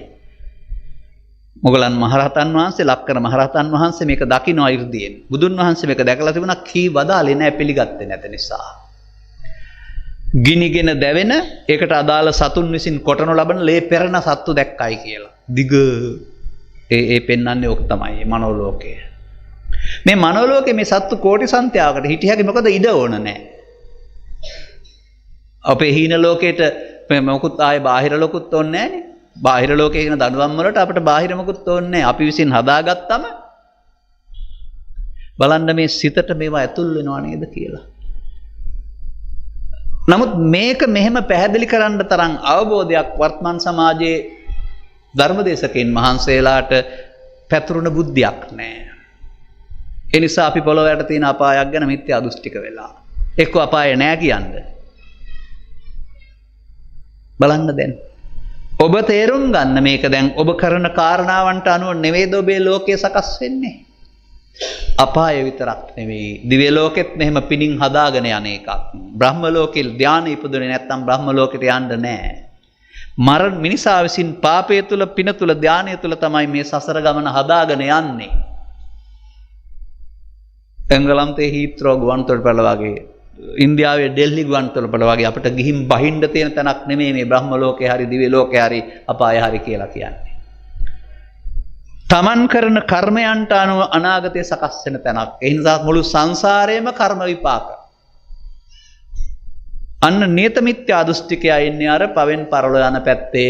ඔව් බෞද්ධයෝ නෙවෙයි. උපැන්න සහතිකේ බෞද්ධකම තිබුණාට හරි ඔවුන්ට බෞද්ධකම උරුම නැහැ. දසවස්තුක සම්මාදිට්ඨියේ බෞද්ධෙක්වත් වෙලා බෞද්ධකම සැබෑ නම් ඔහු මරණින් මතු අපාගත නොවන තැනට අදාළ අනාගතයක් සකස් කරගන්න ජීවත් වෙන්න ඕන. අන්න දෙවෙනි එකේ පෙන්වන්නේ ඒක තමයි. අත්තිබික්කවේ සම්මාදිට්ඨි සාසවා පුඤ්ඤ භාගියා උපදිවේ පක්කා. අරකට කියනවා පවෙන් පරලෝ යාම. මේකට කියනවා පිනෙන් පරලෝ යාම. පිනෙන් පරලෝ ගියාපම කාම සුගතිය මිනිසුන් අතර සහ දෙවියන් 6 දෙනෙක්, දේවකොල්ක 6ක් ඕපපාතික. කාම සුගතිය විපාක. එතකොට තියෙන්නේ අර දුක් විපාක නෙවෙයි. හිතුව පැතුව පමණින් ලැබෙන සැප විපාක, නමුත් ලෞකික. අර සාසවා කියන්නේ ඒත් පරලෝ යාම සහ ඉපදීම ඉවර වෙලා නැහැ. එහෙන් ආපහු මෙහෙන්නත් වෙන්න පුළුවන්. පුඤ්ඤ භාගියා කියන්නේ පුණ්‍ය විපාකට නැඹුරුයි කියන එක. නමුත් දෙවියනුත් ආපහු එතනින් චුත වෙන්න ඕන. දෙවියනුත් සංසාරයෙන් මිදිලා නැහැ. ඒක ඉවර වුණාම, පින් ඉවර වුණාම ආපහු වෙන්න වෙනවා. එහෙනම් උපදි විපාකයෙන් හෙවත් දුක් විපාක වලින් දෙවියෝ මිදිලත් නැහැ, බ්‍රහ්මයෝ මිදිලත් නැහැ. එතන ඒ ඉන්න කල් බ්‍රහ්මයින්ට මේක නෑ, සමාධි සෝයක් විතරයි. නමුත් සසර දුක් විපාක වලින් මිදිලා නැහැ. වර්තමාන බෞද්ධ සමාජයට අපේ මව්පියන් පූජ්‍යපක්ෂයේ ගුරුවරුන් විසින් කලක් තිස්සේ මේ පව් කරන්න එපා, පින් කරන්න කියන මේ දසවස්තුක සම්මාදිට්ඨිය තමයි උගන්වලා තියෙන්නේ. දසවස්තුක සම්මාදිට්ඨිය, භවගාමී සම්මාදිට්ඨිය, කම්මස්සගතා සම්මාදිට්ඨිය මේ ලැබිලා තියෙන්නේ පින් කරලා තියෙන නිසා තවත් ලබන්න ඕන නම් පින් කරන්න ඕන කියන අහසෙන් පින්කොට අනාගත සැපවත් ජීවිතයක් ලබා ගන්නට සසර ඇවිදින්නට තමයි අපට බොහෝ දෙනෙක් උගන්වනු ලැබුවේ. දැන් ඒකේ මොකද්ද නැත්තේ? සාසවා පුඤ්ඤ භාගියා උපදිවේ පක්කා. කෙලෙස් සහිතයි, පිනට බරයි, දුක් විපාක සහිතයි. හැබැයි සෝවාන් ආදී මාර්ගඵල ඒකට ගේන්න බෑ. අන්න දානේ විපාක ඇත, කුසලයේ විපාක ඇත, පූජාවන්ගේ විපාක ඇත, මවට උපස්ථාන කළොත් විපාක ඇත, උපපාතික භූත ප්‍රේත සත්ත්ව කොට්ටාසයක් ඇත, සත්‍ය පසක් කොට ගත්ත මහ බමුණන් ඇත. මේ බුදුන් රහතුන් විශ්වාස කරනවා කර්ම විපාක විශ්වාසය. කර්ම විපාක විශ්වාසය කියන එකේ තේරුම එහෙනම් පාප කර්ම කරන්නේ නැහැ. බයයින්නේ. පවට බයයි. පවට බය බව ලෝකේ හිරියොතප් කියන වචනයට දෙපෙන්නනවා. ලැජ්ජා බය තියෙනවා නම් මිනිස්සු පායට බය වෙනවා. අන්න පළවෙනි ශික්ෂණයේ නීතියට ගරුකොට යටත් වීම, ඒ අත්තානුවාදේ සහ පරානුවාදේ සහ දණ්ඩ බිය නිසා, තමන්ගේ හදවත දුක් දෙන නිසා සහ දඬුවම් දෙන නිසා. දෙවෙනි එක කර්මඵල විපාක විශ්වාසය. මේ කර්ම විපාක වලින් සසර ගැලවෙන්න බෑ. යමක් කරපුවාම ඒක 100%ක් සාධාරණයි නිලා පාප කර්මයෙන් ඉවත් වීමේ දෙවෙනි සම්මාදිට්ඨිය. මේක තව කරන්න පුළුවන් ටිකක් තියෙනවා මම කියලා දෙන්න. මම මේ බණ කොහෙන්ද කියන්නේ? ත්‍රිපිටකයේ හොයලා බලලා කියවලා පාඩම් කරගෙන අවබෝධ කරගෙන. මට ත්‍රිපිටකය හමුුණේ කොහෙන්ද? මේ ධර්මශාලාව, මේ විහාරස්ථානයේ, මේ බෝධිය, මේ මළුව මොකද කළේ අවුරුදු සියවස් ගණනාවක් තිස්සේ? බුදු පියාණන් වහන්සේ දේශනා කළ ධර්මයේ ආනන්ද හාමුදුරුවන් ප්‍රමුඛය කටපාඩම් කරගෙන භාණක පරම්පරාවලට පැවරුවා නොනැසී ආරක්ෂා කරන් එන්න කටපාඩමේ. ಭಾರತයේ පුරා මේක ක්‍රියාත්මක වුණ අනතුරු මිහිඳු හාමුදුරුවෝ ශ්‍රී ලංකාවට ආවා. බැමිණිටියා සායවල් වෙනකොට වික්ෂු පරපුර අඩු වෙනවා කටපාඩමින් පවත්වාකටම තර්ජනයක් මාර්තේ අලු විහානේදී මේ සියල්ල ආපහු තාල පුස්තකවල ලියන ලැබුවා. තල්කොළ ත්‍රිපිටක ග්‍රන්ථාරූඪ කිරීම. මේ පිටපත් අපේ ස්වාමින් වහන්සේලා පිටපත් කරන හැම පන්සලකම පැරණි රජමහා විහාරවල පොත්ගුලක් හදලා මේක වේයන්න කාවන්න කන්න දෙන්නේ නැතුව අවුවේ දාලා පරිස්සම් කරා දිගටම අද දක්වාම. අන්න පන්සල කරපු දේ. එදා පිඬුසිඟා වැඩලා හෝ පසු කාලීනව රජවරු රජමහා විහාර වශයෙන් වස්තු පූජා කළ නිසා දායකින් දන් නොදුන්නත් උන්වහන්සේලා මේක ප්‍රවේශම් කළා. වැඩ ගත්ත වෙන්න පුළුවන්, නොගත්ත වෙන්න පුළුවන්. අන්න මේ පන්සලට සිව්පසේ සපයන දායක වෙලා ඔබත් කරලා තියෙන මේකේ කොටස් කරුවන් වෙසුවෙන් මේ බුදුන් හෙළි කළ දහම අද දක්වා පවත්වාගෙන ඉන්න උදව් කිරීමක්. පවත්වාගෙන ඉන්න උදව් කළේ මේක කොහේ හරි තියලා දුම් අල්ලන්නද, මේක පෙරලලා බලලා මේකේ තියෙන දේවල් ප්‍රයෝජනට ගන්නද කියලා හිතලා බලන්න වෙයි. එනිසා අපි එකතු වෙලා මෙතෙක් කල් මේක ගෙනත් තියෙනවා. 5000යි පවතින්න කියලා කවුරුද කියපු ගොන් කතාවක් තියෙන ඕක පිළිගන්න එපා. මට හම් වෙලා නැහැ ත්‍රිපිටකේ. මට ඕන මේ ධර්ම විනය තව ලක්ෂ 5ක් හෝ 50ක් මේ ලෝකේ තියන්න. ඇයි? සසර දුකින් මිදීම බුදුන් වහන්සේ වදාළ මේ ධර්මයේ සරණින් විනා වෙන මොකෙන්වත් සිද්ධ වෙන්නේ නැහැ. මේක වැසුනොත් අනාගත බුදුවරයාම ධර්මයේ අර්ථය පෙන්වන්න ඕන. එතකල් අපට සසර ඉන්න වෙනවා. ඔබේ දරුවන්ට මුණුබුරන්ට. නමුත් මේ ත්‍රිපිටකයේ ඇතුලේ ධර්මයේ හෙවත් බුදුරජාණන් වහන්සේගේ ගුරුවරයා සැඟවිලා ඉන්නවා. දෙවෙනි, තුන්වෙනි, හතරවෙනි සතියේදී Tamanට ගුරුවරයෙක් ඕනෑයි කියලා ධර්මයේ ගුරුතන්හි තබා ගත්තයි කියලා කියනවා. මහණෙනි, ඔබට මා නැති කළ ශාස්ත්‍රවරයා වන්නේ ධර්මයයි කියලා මේ ධර්මයේ බුදුන්ගේ ගුරුවරයා කරලා තියෙනවා. ඔබට බුදුන් නැමැති පුද්ගලයා හම්බුනේ නැති වුණාට ත්‍රිපිටකය තුල මේ ධර්මයේ කියන වචනේ තේරුම ගන්න පුළුවන් නම් බුදුන්ගේ ගුරුවරයා හමු වෙනව නේද? යෝ ධම්මං පස්සති සෝමං පස්සති කියන පදේ අර්ථවත් වෙන්නේ යමෙක් ධර්මයේ දැක්කොත් බුදුන් දකී කියන එකෙන් නේද? යෝ කියන්නේ භික්ෂුන් වහන්සේට නෙමෙයි. එහෙනම් යෝ භික්ඛු ධම්මං පස්සති කියලා තියෙන්න වෙනවා. යෝ කියන්නේ යෝ භික්ඛුනී ධම්මං පස්සති කියලා තියෙනවා. ඒක පේන්නේ මහාන වෙච්ච අයට විතරක් නම්. ගිහි පැවිදි ස්ත්‍රී පුරුෂ ભેදයෙන්තරව යෝ කියන්නේ යමෙක් ඔබ ඕනෑ කෙනෙකුට ධර්මයේ දකින්න පුළුවන් නම් අදත් බුදුන් දැකලා නිවන් දකින්න පුළුවන්. මෙන්න මේ තේමාව තුළ ඉඳගෙනයි මම බණ කියන්නේ. මැරිලා දකින නිවනක් දකින්න හෝ අනාගත බුදුහාමුදුරුවන් ප්‍රාර්ථනා කරලා දකින්න හෝ නෙවෙයි.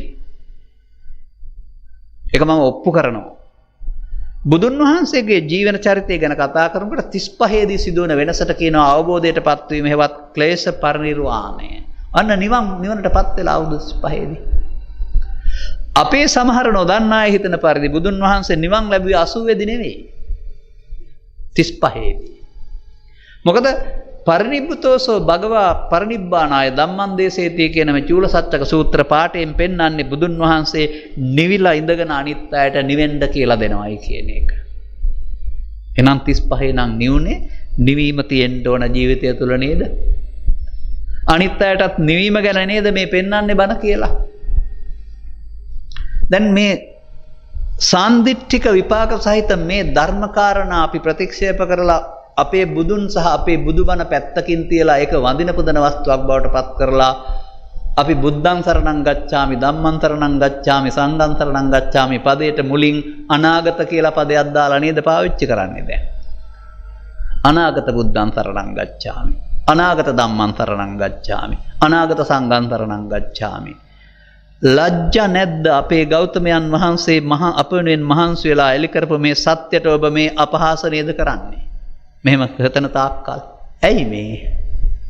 හේතුව තමයි ආර්ය සම්මාදිට්ඨිකයෙක් වුණාම මාර්ගඵල තියෙන්නේ දසවස්තුක සම්මාදිට්ඨියට මාර්ගඵල ගේන්න බෑ. අපි ඉන්නේ දසවස්තුක සම්මාදිට්ඨියේ. පංචශීලයයි අටශීලයයි දසශීලයයි සාමන සීලයයි උපසම්පදා සීලයයි ඔක්කොම පුද්ගල සංවරය ඔක්කොම ඉන්නේ දසවස්තුක සම්මාදිට්ඨියේ. ඔන්න ඔය රහස තේරුම් ගන්න ඕන ඔක්කොම. දැන් අර පන්සලේ ඉතුරු කාර්යභාරයත් කියලා දෙන්නවා මෙතෙන්දී. ඔබත් චෛත්‍ය පරණ වෙනකොට අලුත් වැඩියාකොට ධර්මශාලාව අලුත් වැඩියාකොට එහෙම නැත්නම් ප්‍රාකාර බැම්ම අලුත් වැඩියාකොට ස්වාමින් වහන්සේලාගේ ආවාසය අලුත් වැඩියාකොට මේ සසුන පවත්වන්නට බොහොම උදව් කරපු අය. අන්න පුණ්‍යක්‍රියා. පුණ්‍ය භාගියා. මේ ආර්ය නැත්නම් මේ ශික්ෂාපද විනය තුළ අපට සසුන්ගත වෙන්න පුළුවන්. සසුන්ගත වෙලා පවුල් වෙලා දරුවෝ හදන්න බෑ. දායක පවුල් වල දරුවන් අම්මලා තාත්තලා හදලා පූජා කරන්න ඕන. පූජා කරපුවාම මාපිය දූ දරු සම්බන්ධතාවය මත ශිෂ්‍යයන් හදන්න පුළුවන්. මේ මෙතෙක් කල මේක පොතගෙන ආවා වගේම තව රහස් ක්‍රමයක් තියෙනවා මේකේ. මම මේක පැහැදිලි කරලා දෙන්නේ ඔබේ ගමේ වෙද මහත්තයාගේ උදාහරණයෙන්. පාරම්පරික ශාස්ත්‍රයක් හැකගෙන වෙද මහත්මියෙක් ගමේ ඉන්නවා කියලා හිතන්න. වයසට යනකොට මේ වෙදකම පුතාට හෝ දුවට හෝ බිරිඳට දෙන්නෙකුට දෙනවා. එයා ඒක කරන්නේ නැහැ. දැන් එයා මේ යනකොට තව දෙන්නෙක් වෙදකම දන්නවා. එහෙනම් එයාට කරන්න පටන් ගත්ත හැකි. එයන් එක්කෙනෙක් මේ වෙනකොට තව දෙන්නෙකුට දෙනවා. කවදාවත් වෙදකම ලෝකෙන් මේ යන්නේ නැහැ. ඇයි? පරපුරෙන් පරපුරට ගෙනන නිසා. භික්ෂුව විහාරස්ථානයේ රැඳී සිටීමින් කලේ පරපුරෙන් පරපුරට මේ අවබෝධය ගෙනෙන එකයි. මේ ග්‍රන්ථාරූඪ කරන්න යාම තුළ මේ අවබෝධයෙන් ගෙනෙන එක වෙනුවට කටපාඩමට මුල් තැන දීම තුළ අපට මාර්ගඵල අහිමි වුණාදයි කියලා මම තාමත් හිතමින් ඉන්නවා. ඒකේ හොඳ දෙයක් වුණාට මතු කරගන්න අන්න අර පරපුරෙන් මහානකම දෙනවා කියන එකේ තේරුම නම් සිවුරුපටිය කරේ කරගහලා මහානකම දෙනවා ශිෂ්‍යයාට ගුරුවරයා කියන එක. නමුත් ගැඹුරින් මා කල්පනා කරන්නේ ගුරුවරයා අවබෝධය ශිෂ්‍යයාට ලබා දීමයි මේ ශිෂ්‍යානුශිෂ්‍ය පරපුර කියන්නේ. යුද මහත්ය පුතාට වෙදකම දෙනවා වගේ. හොඳයි වර්තමානයේ පොඩි අභියෝගයක් තියෙනවා. කුමන පන්සලේද ඔබට අවශ්‍ය 15 නමක් වැඩම කරගන්න දානට ස්වාමින් වහන්සේලා ඉන්නේ. පිරිවෙනකට ගියේ නැත්නම් හම්බ වෙනවද? වර්තමානයේ සසුන්ගත කරන්න දරුවන් නැතිකමින් ස්වාමින් වහන්සේලා පෙළෙනවා. ආනායනය කරන්න වෙනවා භූටානෙට නේපාලෙට ගිහින්. මම දැකලා තියෙනවා සමහර පන්සල්වල. නමුත් මේ විහාරයේ උරුම වෙන්නේ ශිෂ්‍යානුශිෂ්‍ය පරපරයෙන් ජේෂ්ඨයාට එහෙමනම් දේශ්ඨ ශිෂ්‍යයන් නේපාලයේ හෝ භූටානයේ වුණොත් අන්තිමට මේක අයිති වෙන්නේ නේපාලයට භූටානයට ලංකාවට නෙවෙයි. මේ අනාගත අනතුරු හැඟවීමක්. ඔබ දරුවෝ දෙන්නේ නැත්නම් සාසනයට කැලේට ගිහින් දුප්පත් පවුලක අරක්කු බොන තාත්තෙකුගේ ජීවත් වෙන්න විදිහක් නැති දරුවෙක් දෙන්නෙක් ගෙනල්ලා හොට්ටු පෙරානේ ඉන ළමයි කැලි කසල සෝදලා නාවල හදන්න වෙනවා. මම දැකලා තියෙනවා ස්වාමින් වහන්සේලා එහෙම කරනවා. උන්වහන්සේලාගේ ක්‍රියාකලාපයට දොස් කියන්න බෑ. මොකද කොහොම හරි සසුන පවත්තන්න ඕන. අර 5 දෙනා හදපු අම්මලා රජයේ සේවයට, ගුරු වෘත්තියට, වෙදකමට, ගොවිතැනට සහ පැවිද්දටත් කෙනෙක් හැදුවා. පූජා කරන්න හිතාමතාම හැදුවා. දැන් ඔබට ශාසනික වගකීමෙන් පැත්තක් අතහැරිලා නේද? අන්න මම ඔබට යෝජනා කරනවා. දරුවෝ හදලා ඉවර ආච්චිලා සීලට මේක කරන්න මම කියන්නේ නෑ. දරුවෝ හදලා ඉන්න තාත්තලා අම්මලාට හදලා ඉවර නැත්නම් හදන්න ඉන්න දුල පුතාලට තරුණ අයට මේ බුදු සමයේ දරුවන් විපතක් නෙමේ සම්පතක්. ඒකේ වගකීම එහෙනම් මේවා රකින්න ඕන, විහාරස්ථානේ රකින්න ඕන. ඉස්සරහටත් කිසිම දායක මහත්මයෙක් දායිකාවක් පන්සලට අපහාස කරන්න එපා, ගරහන්න එපා. මොකද උන්වහන්සේලා මෙතෙක් කල මේක රැකලා තිබෙන්නේ ඔය ආර්ය සම්මාදිට්ඨිය තිබිලා නෙමෙයි දසවස්තුක සම්මා තුල ඔය සැකපු සිල් හොඳටම ඇති. කාපු මකුණයි නොකාපු මකුණයි ඔක්කොම එකයි කියලා පොඩි වරදක් දැක්කට මොකුත් කියන්න එපා. ඒ වරද උන්ට දඩුවම් තේ ඕගොල්ලෝ මොකටද බාරගන්නේ? ඔබේ දරුවෝ ක්‍රිකට් ගහනවා. ඔබේ දරුවෝ අයිස්ක්‍රීම් කනවා. ඇයි මහාන වෙච්ච පුංචි හාමුදුර කෙනෙක් බෝල පිටක් ඇල්ලුවට අයිස්ක්‍රීම් එකක් කෑවට වැරද්දක් වෙන්නේ? පරාජිකා වෙනවද? ඒගොල්ලොත් තව දරුවෝ තව ධර්මයේ ඉගෙනගෙන නැහැ. පන්සලට එන්න ඕනේ ලොකු ස්වාමීන් වහන්සේට වැඳලා යන්න විතරක් නෙමෙයි අර පුංචි අයටත් ඒගොල්ලොන්ගේ මව්පියන් වශයෙන් සලකන්න ඕගොල්ලෝ ඔය අම්මා තාත්තා අතෑරලා ඇවිදින් ඉන්නේ. චොක්ලට් එකක් හම්බ වෙනවා නම් පොතක් හම්බ වෙනවා නම් ගරු කරනවා නම් මහානකමේ ඉන්න හිතෙනවා. පොඩි වැරද්දක් කළයි කියලා පන්සලෙන් පන්නන්න පරාජිකා වුණා කියලා සලකන්න එච්චර ඉක්මන් වෙන්න එපා. අනිවාර්යෙන්ම පන්සල රැකගත යුතුයි. මමත් ඉන්නේ පන්සලක, මම පන්සල බණ කියන්නේ මම මහා සංඝරත්නයට ගරු කරනවා. මොකද මේ ධර්මයේ මම හොයාගත්තේ ත්‍රිපිටකයෙන්. ඒක උන්වහන්සේලායි රැකලා දුන්නේ. ඉදිරියටත් අපි රකින්න හිතන්න ඕන. මේ දසවස්තුක සම්මාදිට්ඨිය තුළ තමයි මම තේරෙම කරන්නේ. එනිසා ආච්චිලා සීලා දවස් 15 භාවනාවට කොහෙවත් යන්නේ නැතුව ගෙදර ඉඳන් භාවනාව කරගන්න පුළුවන්. මුණුබුරෝ රැකලා දෙන්න. වැඩට යනවා නම් දුවතා. මොකද ආයම්මලා ගන්න සමහරුන්ට සල්ලි නැහැනේ. මේ අපි අම්මගේ තාත්තගේ අම්මගේ තාත්තගේ සෙවණේ හැදිච්ච මුණුබුරෝ උන්ගේ ආදරේ අපි දන්නවා. මේ සීලා ආච්චිගේ ආදරේ. ඒ සෙනෙහසේ වැඩෙන්න දරුවන්ට ඉඩ දෙන්න වෙනවා. වැඩට යනවා නම් සමහර අම්මලා මට කියලා තියෙනවා අපි දරුවෝ හදන්න ආසයි බලා ගන්න කෙනෙක් නැහැනේ. ඇයි අම්මයි තාත්තයි බාරගත්තාම බලා ගන්න නරකද? ඒක තුල උපදින ලෝභ දේශ මොහ භාවනාවට පාවිච්චි කරන්න පුළුවෙනි හදාගන්න. අපි අතින් වැරද්දක් වෙලා. අපි සසුනේ පැවැත්මේ වගකීම තේරුම් අරන් නැහැ. ඔය අනාගත බුදුහාමුදුරුවෝ නෙවෙයි අපට ඕක ලබා දෙන්න ඕන. ඒක තව අවුරුදු 1.18ක් ගියාම සිදුවෙන දෙයක්. ගණන් කරලා බලන්න මම කොච්චරද කියන්න දන්නේ නැහැ. එක බින්දුවක් ගත්තාම 10යි, දෙකක් ගත්තාම 100යි, තුනක් ගාම 1000යි, හතරක් ගත්තාම 10000යි, පහක් ගත්තාම ලක්ෂයයි, 18ක් ගියාම කොච්චරද කියලා ගණන් කරලා බලන්න ගෙදර ගිහින්. ඒ නිසා තව අවුරුදු ලක්ෂ 50කටවත් මේ බුදුන් නෙලි කළ දහම මේ සසුනේ තියන්න නම් ඔබයි අපයි අතර සම්බන්ධය තියෙන්න ඕන. මේ පැවිදි පරපුර තියෙන්න වෙනවා. ඔබ ස්ථාන මාරු වෙනවා, ඔබට කරුණකම් කටලෝ තියෙනවා. නමුත් පූජ්‍ය පක්ෂය මේක දාලා යන්නේ නැහැ. ඒක රකින්න ඕන මිනිසුන්ට මේ ධර්මයේ සරණින් නිවෙන්න සැනසෙන්න ඇරුණාම අනාගත බුදුහාමුදුරන්ගේ ශාසනය නිවන් දකින්න නෙවෙයි. අන්න ඒ අනාගත බුදුන් වහන්සේගේ ශාසනය නිවන් දකින්න ප්‍රාර්ථනා කරන්න යාම තුල ඔබත් හිතන්න ඇති මොකටද ශාසනගත කරන්නේ? පන්සල පරිස්සම් කරනවා යනවා යමක් ලැබෙන්නේ නැත්නම් කියලා. එහෙමත් පැත්තක් තියෙනවා ඒකේ. මම මේ පොරවන සිවුර හැඩයට කියනවා දෙවුර පොරවනවා කියලා. මේක මේ ලංකාවේ ශ්‍රී ලංකා රාමඤ්ඤ නිකායේ කියන නිකායේ ලංකාව පුරා පිහිදලා තියෙන එක නිකායක් වශයෙන් පවතින වසර දෙකකට සැරයක් 500ක් එකවර ජලාශයක උපසම්පදා කරන පිළිගත් සම්ප්‍රදායක්. මේ සම්ප්‍රදාය තුළ හැදුනා වූ කෙනෙක් පිළිබඳ කතාවක් මම ඔබට කියන්නම්. ඔබට තේරෙන්න. ඔබේ වගකීම තේරුම් ගන්න. මට මේක පත්තරයක තිබිලා හම්බ වුණේ. මම ඒක තාමත් තියන් ඉන්නවා මගේ ෆයිල් වල. මේ යතිවරයාගේ ළමා කාලේ නැත්තම් උපන් හැටි පිළිබඳ කතාවේ මෙන්න මෙහෙමයි තියෙන්නේ. කේන් පිටකතර මේ පරපුරට අම්මට තාත්තට දරුවෝ හිටියා. අම්මට ඕනේ වුණා සසුනට පූජා කරන්න දරුවෙක් හදාගන්න. අම්මා ගෙදර ඉඳලා වතුර කලයක් පෙරාගෙන හිසේ තියාගෙන පයින් ඇවිදින් බෝධිය වටා රවුමක් කරකමින් රවුම් 7ක් කරකමින් බෝධිය නාවලා මට සසුනට පූජා කරන්න පුතෙක් ප්‍රාර්ථනා.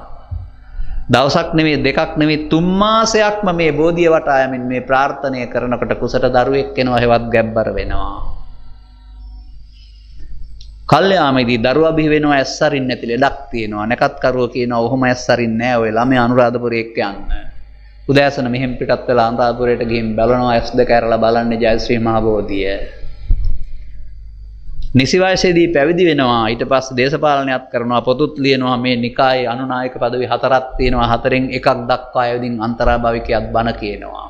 අන්තරාභවයේ වැරදි එක පිළිගන්නේ නැහැ. අපි නමුත් ඒ දර්ශනයක් ඒ කාලේ. කවුද ඒ දරුවා හැදුවේ? මවගේ ප්‍රාර්ථනාව. දැන් ඔබට බුදුසසුනට ආදරේ නම් ඔබ දරුවන් බලාපොරොත්තු වෙනවා නම් ඔබේ දරුවන් ගෙලවුව හරි මෙන්න මෙම හිතාමතා ප්‍රාර්ථනා කරලා සසුනට පූජා කරන්න දරුවන් හදන්න.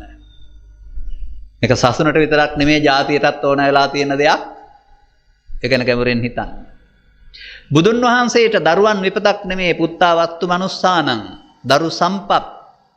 දරුවා හදන එක පාපයක් නෙමෙයි පූජනීය ක්‍රියාවලියක්. මතක තියාගන්න.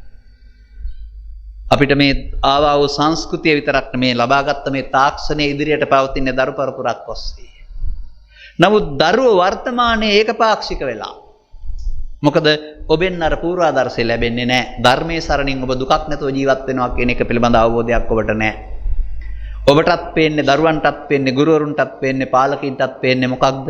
ඉගෙන ගත්තොත් සල්ලි හොඳට හම්බ වෙනවා. නිල් කොළ ඉතින් ගෙවල් දොරවල් යාන වාහන ගන්න පුළුවන් සැප. එනිසා දරුවන් 7 8 9 පන්ති වල ධර්මයට ආයිබවන් කියනවා. දැන් පන්ති උදෙත් පන්ති දවල් පන්ති හවසත් පන්ති. එක පැත්තකට බුද්ධිමතුන් වෙනවා විතරයි. ආන්න මේකේ වැරද්දක් තියෙනවා. මේ යන්නේ මුදල් හොයා ගන්න සල්ලි වලින් ජීවත් වෙන පැත්තක් විතරයි. ලෞකික අභිවෘද්ධිය සඳහා විතරයි. නමුත් ඔවුන්ගේ හිතේ තියෙනවා දෝෂයක්. ඔය ඔක්කොගේම.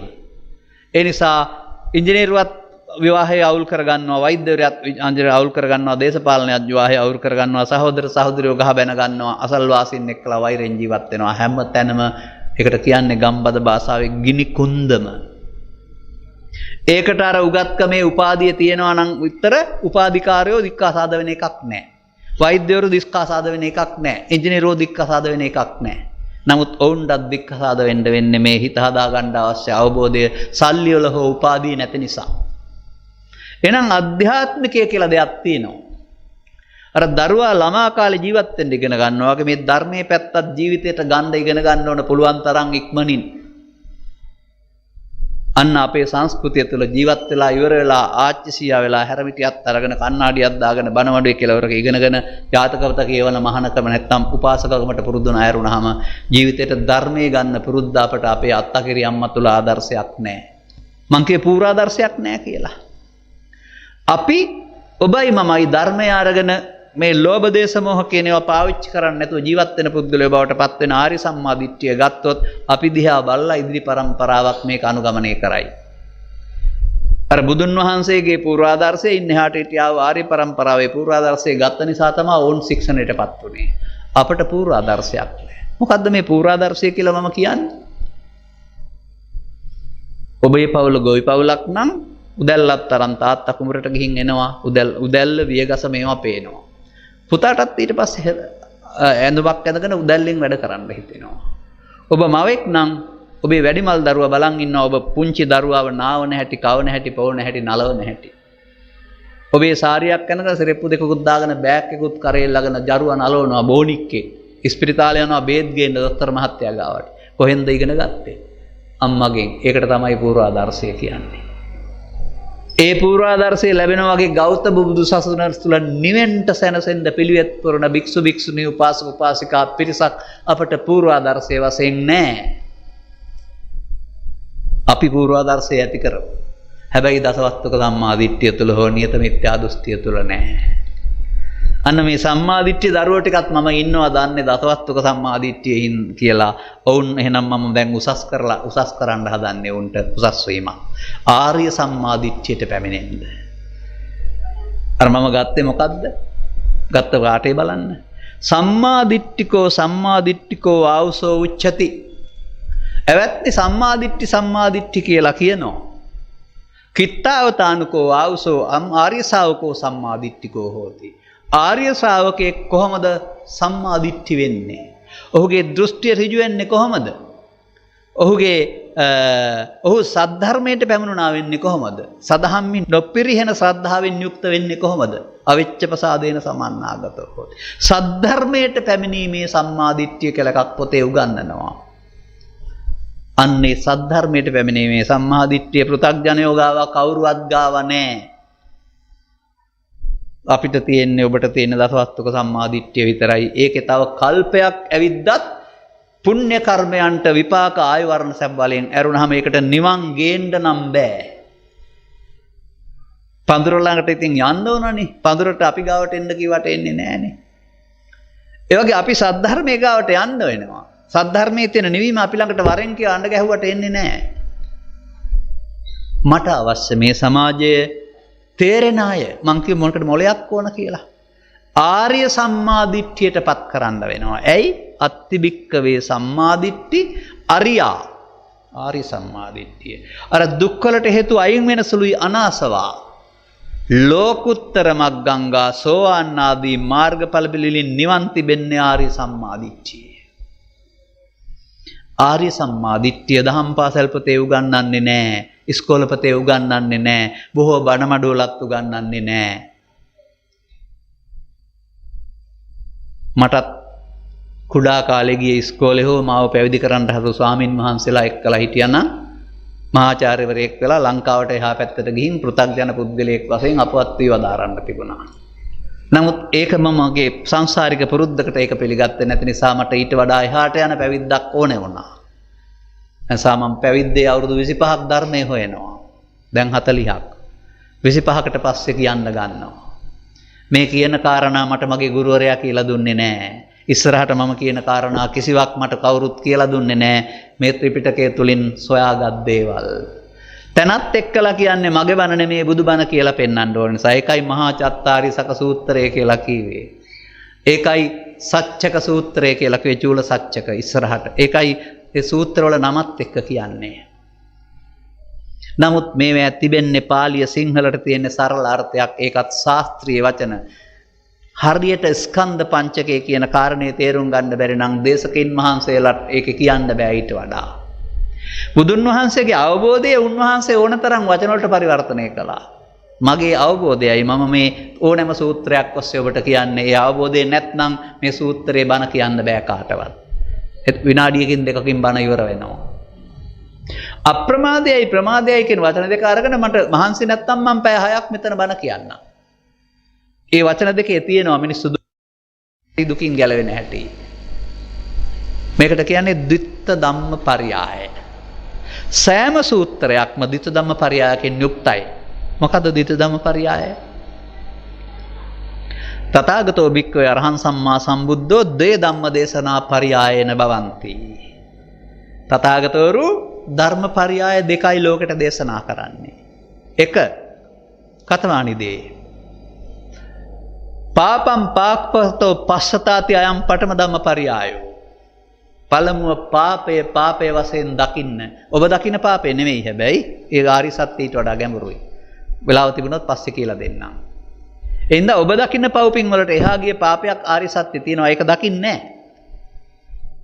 ඒක දසවස්තුක සම්මාදිට්ඨිය තුළ පේන්නේ නැහැ. ඒකේ පව්පින් දෙකේ පෙන් විශ්වාස කරන එකනේ. පාපම් පාපකතෝ දිස්වා පාපේ වශයෙන් දැක්කනම් තත්ත විරජ්‍යත විමුච්ඡත නිබ්බින්දත පාපයෙන් මිදෙන්න පාපයෙන් ඉවත් වෙන්න පාපයෙන් ගැලවෙන්න. එහෙනම් පාපය හඳුනාගෙන පාපෙන් ගැලවීම විතරමයි අපට බුදු සමය උගන්වන්නේ. හැබැයි මේ පාපෙන් වළකින්න හඳුන් මරන්න එපා කියන එක නන් නෙවෙයි. ඒ ආරි සත්‍යයේ පාපය කුමක්දයි තේරුම් ගනු අපි ඉස්සරහට. දැන් මේ දසවස්තුක සම්මාදිට්ඨිය ඉගැන්නුවේ ස්ත්‍රිය පුරුෂයා ගිහියා පැවිද්දා මව්කුසෙන් බිහිවුණ පුද්ගලයා මරණතුරු පුද්ගලයෙක් ඉන්නවා කියලා හිතාන ඔහුට ශික්ෂාපද සංවරයක් තුළ. මුළු සම්බුදු සසුනම අබ තියෙන ශික්ෂාපද සංවරයක් තුළ. ඒකට අපි කියමු නමක් ශික්ෂාපද විනය. ගෙදරට පන්සිල්, පොයට අටසිල්, පොඩි සාමීන් වහන්සේට සාමණේර සිල්, ලොකු සාමීන් වහන්සේට ශික්ෂාපද 227ක් සහිත උපසම්පදා සිල්. බුදු සසුනේ ඉතිහාසයේ මෙපමණද තිබිලා තිබෙන්නේ මේ ශික්ෂාපද විනය විතරද? තව රහසක් හම්බ වෙනවානේ ත්‍රිපිටකය තුල. අභි මහරහතන් වහන්සේ බ්‍රහ්ම ලෝකේ ඉඳලා දේශනාවක් කරයි කියලා තියෙනවා පෙර බුද්ධ කාලයක. ඒක තියෙනවා ගාථාවක්. ඒකේ ලස්සන වචනයක් තියෙනවා. ආරබත නික්කමත යුඤ්ඤත බුද්ධ ශාසනයේ සුදුනාත මච්චුනෝ සේනං නලා ගාරංව සුකුංජරෝ. තථාගතයන් වහන්සේගේ අනුශාසනාව පිළිපැදීම සඳහා අරඹන්න යෙදෙන්න පවත්වාගෙන යන්න කොයි වගේද?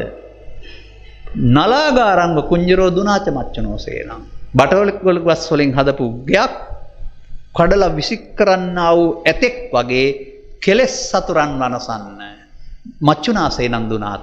මේ මරසෙන් කියලා කොටසක් අපේ හිතේ තියෙනවා. ඒකට පාවිච්චි කරන්න කියලා තියෙන ශික්ෂාපද විනය නෙමෙයි. යෝයි මස්මින් ධම්ම විනය අපමත්තෝ විහෙස්සති පහය ජාති සංසාරං දුක්ඛසන්තං කරිස්සති. යමෙක් මෙම ධර්ම විනයෙහි අප්‍රමාද වන්නේ නම් සසර දුක් කෙලවර කරන්නේය කියලා ඉමස්මින් ධම්ම විනයේ මෙම ධර්ම විනයෙහි කවුද? යෝ. ඇයි යෝ පදයක් තියෙන්නේ? මේක කරන්න පුළුවන් භික්ෂුන් වහන්සේලාට නම් භික්ෂුණීන්ට නම් යෝ පබ්බජිතෝ ඉමෝ ධම්ම ඉමං ධම්ම විනයයි. යෝ භික්ඛු ඉමං ධම්ම විනය කියලා තියෙන්න වෙනවා. යෝ පදේ යොදන්නේ සර්වනාමයක් වශයෙන් ඔබ අපි ඔක්කොටම යමෙක් මෙම ධර්ම විනයෙහි අප්‍රමාද වන්නේ නම් එහෙනම් ඔබ ඔක්කොම මේ යමාට අයිති. නමුත් අපි ධර්ම විනය දන්නේ නැහැ, ශික්ෂාපද විතරයි දන්නේ. තව තැනක් තිබෙනවා. චූලසච්චක සූත්‍රය. චූලසච්චක බමුණ බුදුන් වහන්සේත් එක්කලා කරන දිගු සාකච්ඡාවකදී අහනවා ඔබ වහන්සේ ශ්‍රාවකයෝ හික්මවන්නේ මොනවා කරලාද කියලා.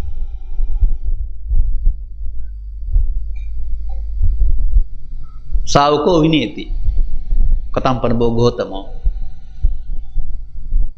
බුදුහාමුදුරුවෝ දීපු උත්තරේ තිබුණා නම් මම ගෙදරට පන්සිල්, පොයට අටසිල්, ලොකු ස්වාමීන් වහන්සේට උපසම්පදා සිල්, පොඩු හාමුදුරන් සාමණේර සිල් කියලා මම ඒක ධර්ම විනය කියලා පිළිගන්නවා. හැබැයි මේක ඉන්න ඕන අපි. ඔය තමන් ඉන්න විනය ඉන්න ඕන. ඒක ලෝක තමයි ලෝක පිළිගැනීමේ සම්මතය. බුදුන් වහන්සේ වදාරනවා මම ශ්‍රාවකින් හික්මවන්නේ. ශ්‍රාවක කියන පදේ තේරුම ගන්න. භික්ෂු භික්ෂුණී උපාසක උපාසිකා. ධර්මයේ තේරෙන අය ඇඳුම් මාරු කරගත්ත අය විතරක් නෙමෙයි මේ කතා කරන්නේ. මේ ඕනෑම කෙනෙකුට බුදුන් වහන්සේ කියනවා පංචස්කන්ධය අනිදුක්ඛ අනාත්ම වශයෙන් බලන්න කියලායි ශ්‍රාවකින් හික්මවන්නේ. අලුත් වචනයක් එතෙන් දාවා නේද? පංචස්කන්ධය අනිදුක්ඛ අනාත්ම වශයෙන් බලන්න. අන්න පංචස්කන්ධය අපේ අය දන්නෙත් නැහැ. පංචස්කන්ධය තුළ අනිත්‍ය දුක්ඛ අනාත්මය දන්නෙත් නැහැ. අපි දන්නේ වතු පිටි වල, ඉඩ කඩන් වල, හරක බාන වල, කෙස් වල, දත් වල මල් පරවෙන අනිත්‍ය විතරයි. ඔන්න වැරද්දක් මං ඔය කීවේ. ඔබ ළඟ තියෙන වැරදි අවබෝධයක් ඔය කීවේ. දැන් නිවැරදි එක මම කියන්න ඕන. අන්න මේ ධර්ම විනය එහෙනම් පංචස්කන්ධය අනිදුක්ඛ අනාත්ම වශයෙන් බලන එක. අන්න ආර්ය සම්මාදිට්ඨිය දේශනා කළේ ස්ත්‍රිය පුරුෂයා ගිහියා පැවිද්දා මුල් කොටගෙන නෙමෙයි, පංචස්කන්ධය මුල් කොටගෙන. නමුත් පංචස්කන්ධය කියලා මම කියනකොටම ඔබට හිතක් එනවා කයට මේ කීවේ කියලා. එතකොට වැරදි. කයට පංචස්කන්ධය කිය ගමේ වෙද මහත්තයා. නැත්තම් ණය දෙන සමිතියේ සභාපති. නැත්තම් ඔය දේශකින් වහන්සේලාත් ඇතැම් විට කියනවා පංචස්කන්ධ කියලා. කන්ද කියන්නේ සමූහයට, පංච කියන්නේ පහට. එහෙනම් ඔබ ළඟ ඔබට නොපෙනෙන ගැඹුරු දහමක් තියෙනවා. ඔබ ළඟයි මම ළඟයි ස්ත්‍රී පුරුෂ ගිහි පැවිදි ભેදෙන්තරව අන්නේ ධර්මයේ ඒ ධර්මතාවය ඇහැට පෙනෙන්නේ නැහැ. ඒක තමයි පඤ්ඤාවන්තස්ස අයං ධම්මෝ නායං ධම්මෝ දුප්පඤ්ඤස්ස කියලා කියන්නේ. මෙන්න මේ කොටස.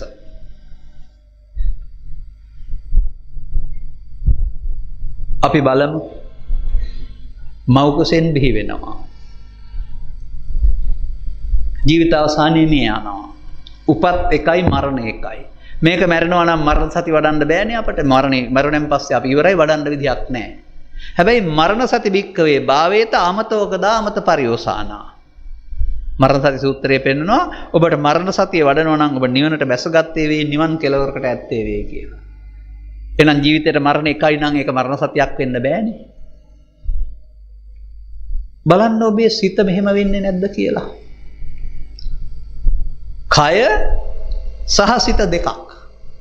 මృత කලෙබරේවත් මිනි පෙට්ටිය තියෙන ශරීරයේ නැත්තේ සිත. සිත නැතුවම ඇහැ පේන්නෙත් නැහැ, කන ඇහෙන්නෙත් නැහැ, මොකක්වත් කරන්න බෑ. පස්දොරම ක්‍රියාවිරහිතයි. දැන් කයේ බරපතල වගකීම් දරලා තිබෙන්නේ සිත නේද? මරණය කියන්නේ කයෙන් සිත වෙන්වීම නේද? දැන් සිත නේද ප්‍රධාන? එහෙම තේරුම් ගත්තට මදි. ඔබට සිත උපදින තැන් කීයක් තියෙනවද? මේක අලුත් බණක් නිසා සරලව කියලා දෙන්නේ. ඔබටත් මටත් සිත උපදින්න තැන් තියෙනවා. ඇහැ, කන, නාසය, දිව, කය, සිත කියලා දොරවල් 6ක්. පහෙන් ගන්න ඒවා නිසා බාහිර නැතුව හිතනුත් උපදිනවා කල්පනාව සහ සීනේ කියලා. එකිනෙකට වෙනස් අරමුණු ඇසුරු කොට ඇති, එකිනෙකට වරමුණු ගොදුරු කොට ඇති, එකිනෙකට වෙනස් අරමුණු රසය නොගන්නා වූ ඉන්ද්‍රියන් පහක් වෙත් ඔක්කොටම හරි මේක. පහට සිත පිහිටයි, සිත අරමුණු රසය අනුභව කරයි. අපි නෙවෙයි අරමුණු රසය විඳින්නේ, ඇහත් නෙවෙයි සිත. ඇහෙන් උපදින සිත කියන නම මොකද්ද? කනෙන් උපදින සිතට කියන නම මොකද්ද? නාසයෙන් උපදින සිතට කියන නම මොකද්ද? දිවෙන් උපදින සිතට නම මොකද්ද? කයෙන් උපදින සිතට කියන නම මොකද්ද? පස්දොරෙන් නැතුව හිත ඇතුලෙන් උපදින සිතට කියන නම මොකද්ද? චක්කු විඥාන, සෝත විඥාන, ගාන විඥාන, જીවහා විඥාන, කාය විඥාන, මනෝ විඥාන. ඔබ අපි හැමදෙනාම විඥාන හයක එකතුවක්. විඥානේ පරලෝ යන්නේ නැහැ. හටගත්ත ගමන් නැසෙනවා. එහෙන් හඳුනන හිත එතන නැසෙනවා. කනෙන් හඳුනන හිත එතන නැසෙනවා. දැන් අපිට ඔබට තේරෙනවද ඇහැට පේන එක නයි. ඒ අයින් වෙනකොට කනට ඇහෙන එකක්. ඊට පස්සේ නාසයට දැනෙන එකක්. මේ සිත මොහොතක් පාසා ඉපදී වෙනස් වෙනවායි කියලා. බුදුන් වහන්සේ වදාරනවා මේකට ආසවක්ඛ්‍ය සූත්‍රය. එහෙම නැත්නම් තවත් සූත්‍රවල උදේ උපන් සිත දවල්ට නෑ, දවන් උපන් සිත රැට නෑ. මේක ක්ෂණික ඉපදීමක් මැරීමක්. ඒ නිසා ලහු පරිවත්තං කියලා. ලහු පරිවත්තං හට ගන්න ගමන්ම නැතෙන. අපිට තියෙන්නේ මොහොතින් ඉපදී නැසෙන සිතක්. තියන්න බෑ ඒක. මේ මොහොතින් ඉපදී නැසෙන තුල සිදුවෙන ක්‍රියාදාමයට තමයි පංචස්කන්ධය කියන්නේ. කයට නෙවෙයි. බලමු අපි. ඇසට හමුවන්නේ රූපයයි. ඒකට කියනවා රූප රූපය කියලා. ඉදිරියෙන් ඉන්න පුද්ගලයා රූප රූපය කියලා කිව්වොත් එයා හතුර නම් අපේ හිතේ හතුරෙක් පහළ වෙනවා. එයා මිතුර නම් තව කෙනෙකුගේ හිතේ මිතුරෙක් පහළ වෙනවා. අර ඉස්සරහින් ඉන්න එක්කෙනයි. මෙතන 4 දෙනෙක් හිටියොත් 4 දෙනාට 4 ආකාරයෙන් පේන්න පුළුවෙනි. දැන් අර හිතේ තියෙන රූපේ නේද දැක්කේ?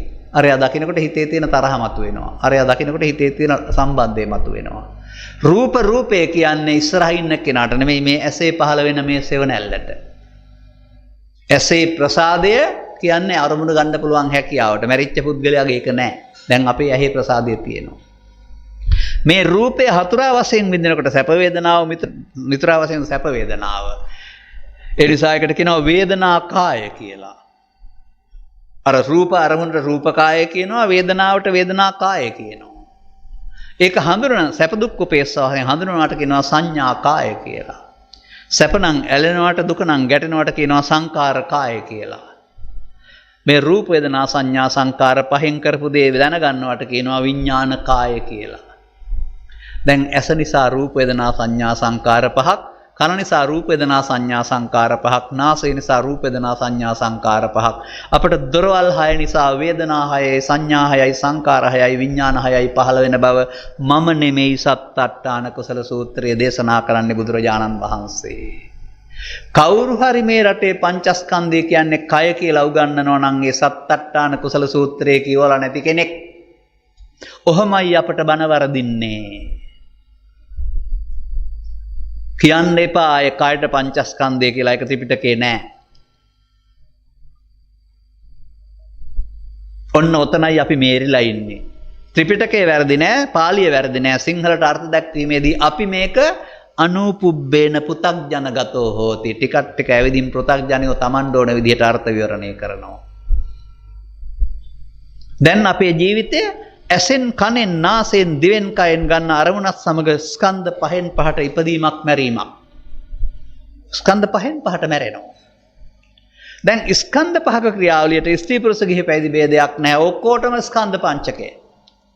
ස්කන්ධ පංචකය මුල් කොටගෙනයි ආර්ය සම්මා දිට්ඨිය සහ මාර්ගඵල දේශනා කරන්නේ. ස්කන්ධ පංචකය නිවැරදිව දන්නේ නැත්නම් මොන භාවනාව කෙරුවත් කවුරු සහතික දුන්නත් මාර්ගඵල නම් හම්බ වෙන්නේ නැහැ. ඔය ස්කන්ධ පංචකේ රූප කියන්නේ ශරීරය නෙමෙයි කියලා ඔප්පු කරන්න මම තව සූත්‍රයක් ගන්නවා ඔබට. යන්න සතිපට්ඨාන සූත්‍රය අම්මලගේ මල්ලේ ඇති පරණායගේ. මේකේ තියෙනවා චක්කු ලෝකේ පිය රූපං සාත රූපං ඉත්තේසා තණ්හාය uppajjamaano uppajjati එත්ත නිවසමානෝ නිවසිත එත්ත පහියමානෝ පහියති කියලා. ඇහැ තමයි අපේ අරමුණු වලදී මිහි පිය ස්වරූපෙන් අරමුණු ගන්නෙ. ඇහි තමයි තණ්හාව හට ගන්නවා නම් හටගන්නේ වාසය කරන්නේ නැති වෙන්නේ. ඇහි තණ්හාවට කියන්නේ රූප තණ්හාව. කනේ තණ්හාවට කියන්නේ ශබ්ද තණ්හාව. නාසයේ තණ්හාවට කියන්නේ ගන්ධ තණ්හාව. දැන් තණ්හා හයක් දොරවල් හය නිසා පහළ වෙන්නේ කය නිසාද? රූප ශබ්ද ගන්ධ රස පොට්ටබ්බ අරමුණු වල ඇලීම නිසාද? ඒකයි මම කිව්වේ මට අවුරුදු 25ක් මහන්සි වෙන්න වුණා මේ ධර්මයේ වැරදි තැන නිවැරදි කරගන්න. අනිත්‍යයේ වැරැද්ද පැහැදිලි කරලා දෙන්න. කියලා. මම කතා කරන්නේ කවුරු ගැනද? ඔබ ගැන. ඔබේ ඇස කන නාසය දිවකයෙන් සසරට මුලා වෙන්නේ නැහැටි. එහෙනම් ගැලවෙන්නත් ඒක තේරෙන්න එපායි. අපි ගැන කතාවක් නෙමෙයි බුදුදහමේ තියෙන්නේ. බුදුන් ගැන කතාවක් නෙවෙයි. මේ සූත්‍ර අතර තියෙන එකක් දෙනවා පිටකෝපදේශ පාලියෙන් එහෙමයි තියෙන්නේ. එහෙම නැත්නම් පිටක කියවීමට අවශ්‍ය උපදෙස්. මේකේ කන්දවලට යන්න ඉස්සරලා කියවන්න කියලා තියෙනවා කොටසක් මේකේ තියෙනවා. රූප කියන්නේ ප්‍රසාද 6ටයි ගෝචර රූප 6ටයි කියලා. ප්‍රසාද 6 කියන්නේ ඇහැ කන නාසය දිවකය කියන ද්‍රව්‍ය නෙමෙයි අරමුණු ගැනීමේ හැකියාව. ඇසේ නම් කනේ නම් ශබ්ද අරමුණු ගැනීමේ හැකියාව. දැන් මැරිච්ච මිනිස්සයාට ඇහැ කන නාසය දිවකය ඔක්කොම තියෙනවා ප්‍රසාද නැහැනේ. එහෙනම් ප්‍රසාද කියන්නේ අරමුණු ගන්න පුළුවන් හැකියාව. ගෝචර රූපය කියන්නේ ඉස්සරහා තියෙන රූපෙ නෙමෙයි. ඒකේ ආශ්‍රයෙන් අපේ ඇහි පහළ වෙන රූපේ. දැන් ගෙදර ගිහින් බලන්න කණ්ණාඩියට හිටගෙන කණ්ණාඩිය ඉස්සරහින් ඔබේ ඇතුලේ රූපයක් නැද්ද කියලා. ඒ ඔබේ රූපය ආශ්‍රයෙන් පහළ වෙන එක පටිබිම්බය. ඒ අන්න ඒ වගේ පටිබිම්බයක් ඇහි පහළ වෙන්නේ නැතුව රූප හඳුනා ගන්න බෑ. මේක තමයි රූපය. ඒක ද්‍රව්‍ය නෙමෙයි එතකොට. එහෙනම් එහෙම රූප 6ක්, ශබ්ද 6ක්, ගන්ධ 6ක්, රස 6ක් ආදී වශයෙන් මේ රූප, ශබ්ද, ගන්ධ, රස කියලා 6ක් දොරවල් 6න් පහළ වෙනවා. එහෙනම් වේදනා සංඥා සංකාර 6 පහළ වෙන්නේ කයෙන් නෙමේ දොරවල් 6න් පහළ වෙන අරමුණ මුල් කොටගෙන මෙන්න බුදුන් වහන්සේ ලිකල පංචස්කන්ධය. පංචස්කන්ධය මෙහෙන් ගෙනියන්නේ පංචස්කන්ධය මොහොතින් මොහොත ඉපදිලා නැතෙනවා. ඒක භාග්යක් අපට. අපි වරද්දා ගන්නවා මේක. ඒ වරද්දා ගන්න එකට කියනවා පංචස්කන්ධය ආත්මකට ගැනීම හේවත් පංච උපාදානස්කන්ධය. සංකිට්ඨේන පංච උපාදානස්කන්ධා දුක්ඛා නේද? දැන් ඉතින් ඔබ ඉගෙන ගත්තා නේද අනිත්‍යවත සංඛාරා පදේ අවමගුල් උත්සවයේ කියනකොට අම්මා තාත්තා නැති වෙච්ච එක තමයි අනිත්‍ය, කෙස් ටික සුදු වෙන එක තමයි අනිත්‍ය, දත් ටික වැටෙන තමයි අනිත්‍ය, මල් පර වෙන එක තමයි අනිත්‍ය කියලා ගාතාවකුත් තියෙනවා ඔය ත්‍රිපිටකේ. ත්‍රිපිටකේ නෑ ඔය අපි කියන ගාතාවල තියෙන්නේ. උප්පම්මිලායති යතයි ධම්මේ කායත තයති විනාශවා. මේ මල් පර වී යන්නේ යන්සේද කය විනාශ භාවයට පැමිණෙයි. ඔන්න ඇහැට පේන අනිත්‍ය අපේ. බුදුන් වහන්සේ ත්‍රිපිටකයේ කොතනකවත් දේශනා කරලා තියෙනවද ඇහැට බලන අනිත්‍යක්? නෑ. සබ්බේ සංඛාරා අනිච්චාති යදා පඤ්ඤාය පස්සති. අනිත්‍ය බලන්න ඕන ප්‍රඥාවෙන්. බලන්න ඕන වතු පිටි වල කෙස්ලොම් නියදත් වල නෙමෙයි සංඛාරවල. සබ්බේ සංඛාරාවල. සබ්බේ සංඛාරා කොහෙද තියෙන්නේ? හිතේ එකතු කරන පව් වලට කියනවා අපුඤ්ඤාභි සංඛාර. හිතේ එකතු කරන පස්ස විපාක දෙන්න ඉතුරු කරන පින් වලට කියනවා පුඤ්ඤාභි සංඛාර. හිතේ එකතු කරන ධාන තියෙනවා ඔබට නෑ ඒක ආනිජ්ජාභි සංඛාර. මේ අபிසංකාර තුන තමයි බුදුන් වහන්සේ සරියුත් හාමුදුරුවෝ දෙදෙනා වහන්සේ පරිවිමංශන සූත්‍රය සහ සංගීත සූත්‍රයේ එකඟ වුණ සංඛාර ටික. ඒවා කැලේ නෑ. ඒවා ගස්වල නැහැ. ඒවා බාහිර වස්තුන්ගේ නැහැ. අර රූප වේදනා සංඥා සංකාර විඥාන කියන එකේ සංකාර ස්කන්ධේ පංචස්කන්ධයේ පවට බර වෙනකොට එතන අපුඤ්ඤාභි සංකාරය. එතකොට ඒක පංච උපාදානස්කන්ධය. පංචස්කන්ධයේ සංකාරයේ පිනට බර වෙනකොට ඒක පුඤ්ඤාභි සංකාරය ඒත් පංච උපාදානස්කන්ධය. පංචස්කන්ධයේ ධානයට බර වෙනකොට සංකාර ස්කන්ධය ධානිජ්ජාභි සංකාරය ඒත් පංච උපාදානස්කන්ධය. මෙන්න සබ්බේ සංකාරා. දැන් අනිත්‍ය වැරදි නේද? ඔබ දකින අනිත්‍ය වැරදි නේද? මගෙන් ඇහුවොත් මට කිව්වොත් බුදුන් වහන්සේ දේශනා කළ ධර්මයේ තනි වචනකින් කියන්න කියලා දුකින් මිදීමට අවශ්‍ය මම කියනවා අනිත්‍ය විතරයි කියලා. හැබැයි මේ අනිත්‍ය අපි දන්නේ නැහැ. ඉතින් අපට ඒ නිසා අනිත්‍ය භාවිතය තේරෙන්නේ නැහැ. ඒ නිසා මම කුද්දක නිකායේ පවතිනා වූ විදුර සූත්‍රය අරගෙන ඔබට මොනවද අනිත්‍ය කියන එක ඔප්පු කරලා පෙන්නනවා.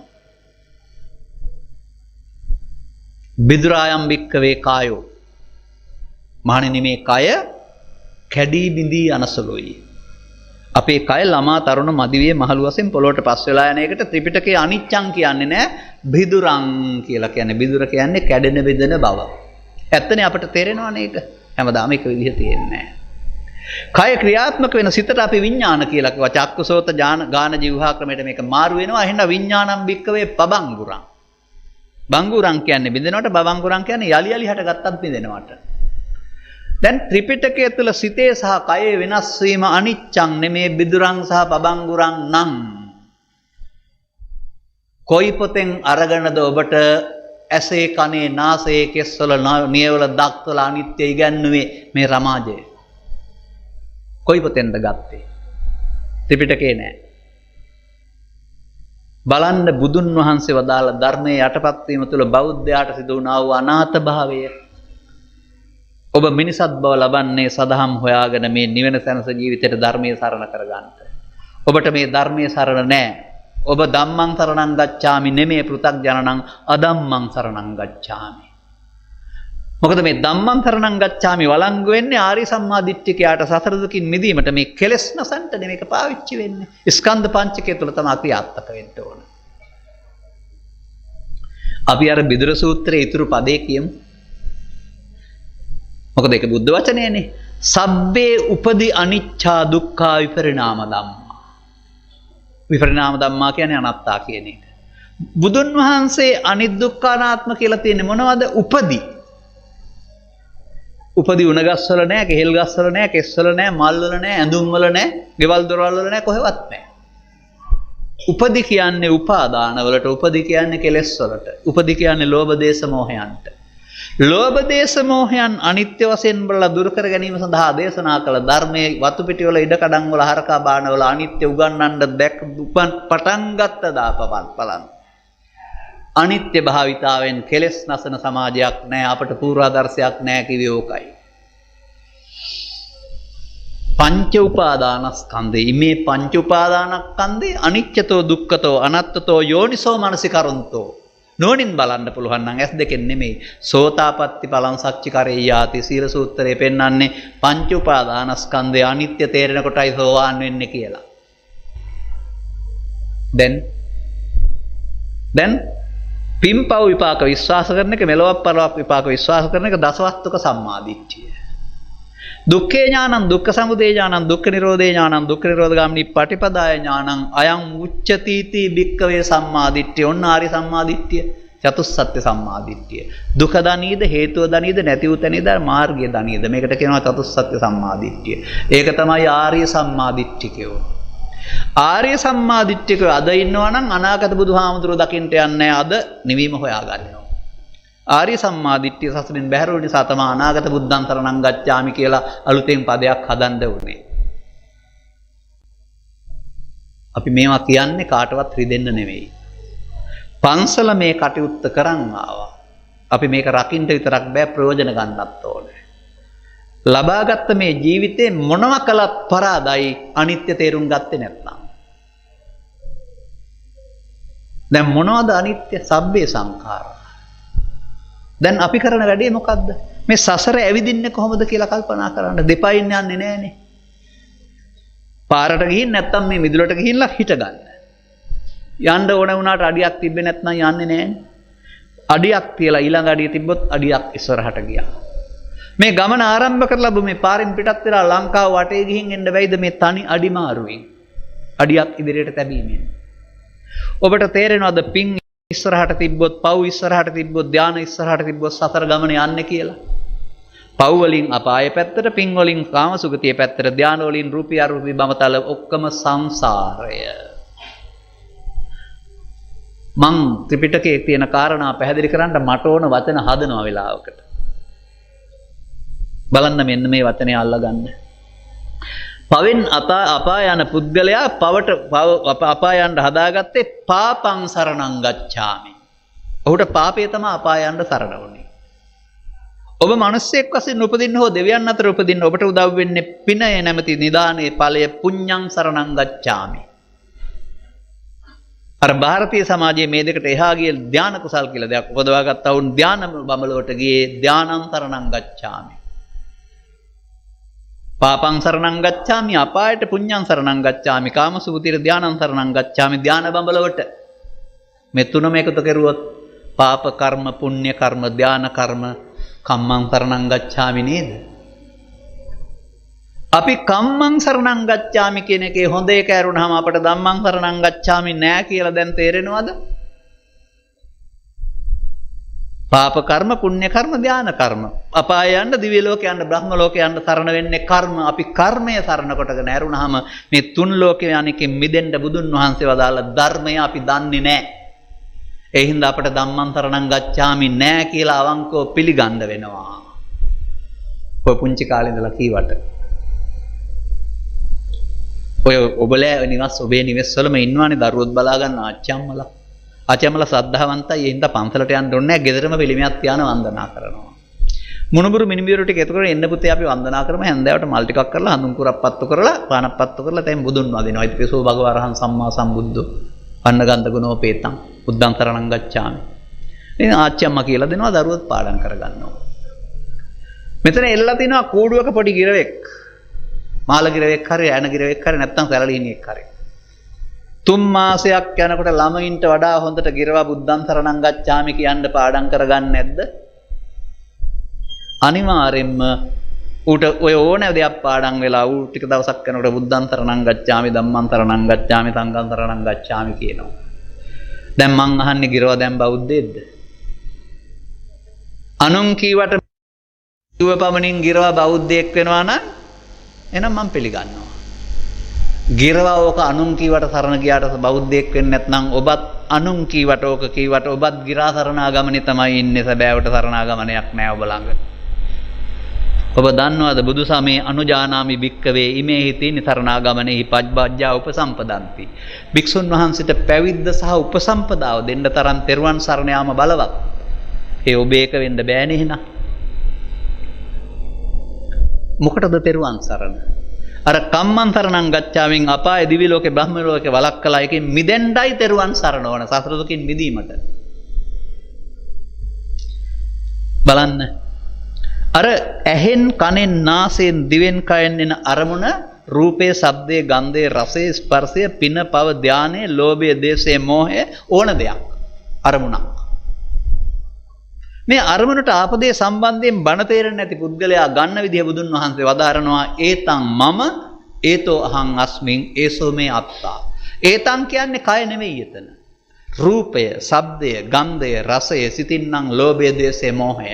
එකක් එකක් පාසා එය මගේ, එය මම මගේ, එය මගේ ආත්ම. අන්න එහෙම අපි වචනෙන් කියවේ නැති වුණාට මේ අරමුණේ ඇලීම ධර්මයේ සඳහන් කරනු ලබන්නේ ඒතං මම ඒතොහමස්මින් ඒසෝ මේ අත්තා යනුවෙන් ගන්නවා කියලා. අන්න අපි සසර ගමන යන්නේ පවේදී පව මම මගේ මගේ ආත්ම නිසා, පිනේදී පින මම මගේ මගේ ආත්ම නිසා, ධානයේදී ධානය මම මගේ මගේ ආත්ම නිසා. බුදු සමයේ මම කියන්නේ කයට නෙවෙයි අරමුණට එන දෙයට. බලමු අපි කොතනද තියෙන්නේ කියලා. චුල්ලවැදල සූත්‍රයේ දේශනා කරනවා දමදින්නා මෙහෙණිය. මේක සාකච්ඡාවක්. සොකිය පැරණි ස්වාමි පුරුෂයා සමග. ඇගේ ධර්මයේ ඥානය පරීක්ෂා කරන්න තමයි මේ විසාක සිටුවරයා මේ ප්‍රශ්නේ අහන්නේ. ආර්යාවනි සක්කාය කියලා කියනවා කොපමණකින්ද සක්කාය වෙන්නේ? අපේ පාලි අකාරාදියත් සක්කාය කියන්නේ මේකයි කියලා ලියන තැනකොට අපි කොහොමද මේක ලියාගන්නේ? හැබැයි චුල්ලවේල්දාල සූත්‍රයේ තියෙනවා ඇවැත්නි නැත්තම් විසාකේනි මේ රූප වේදනා සංඥා සංකාර පහට සක්කාය කියනවා. එහෙනම් කක්කාය කියන්නේ මේකයි නෙවෙයිනේ. ඇහෙන් හම්බ වෙන රූපය මුල් කොටගත්ත වේදනා සංඥා සංකාර පහ.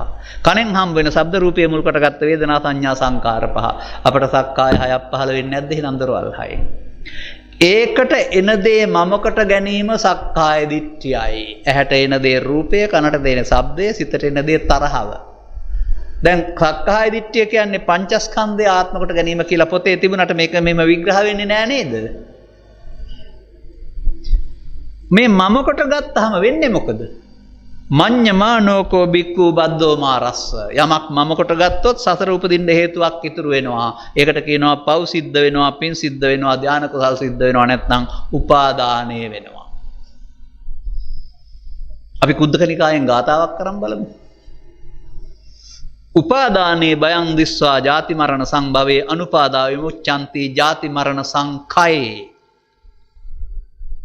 මේ ජාති මරණ දුක් ගෙනත් දෙන්නා උපාදානයේ බියක් වශයෙන් දැක ඔබට උපාදානෙන් මිදෙන්න පුළුවන් නම් ජාති මරණ නැහැ.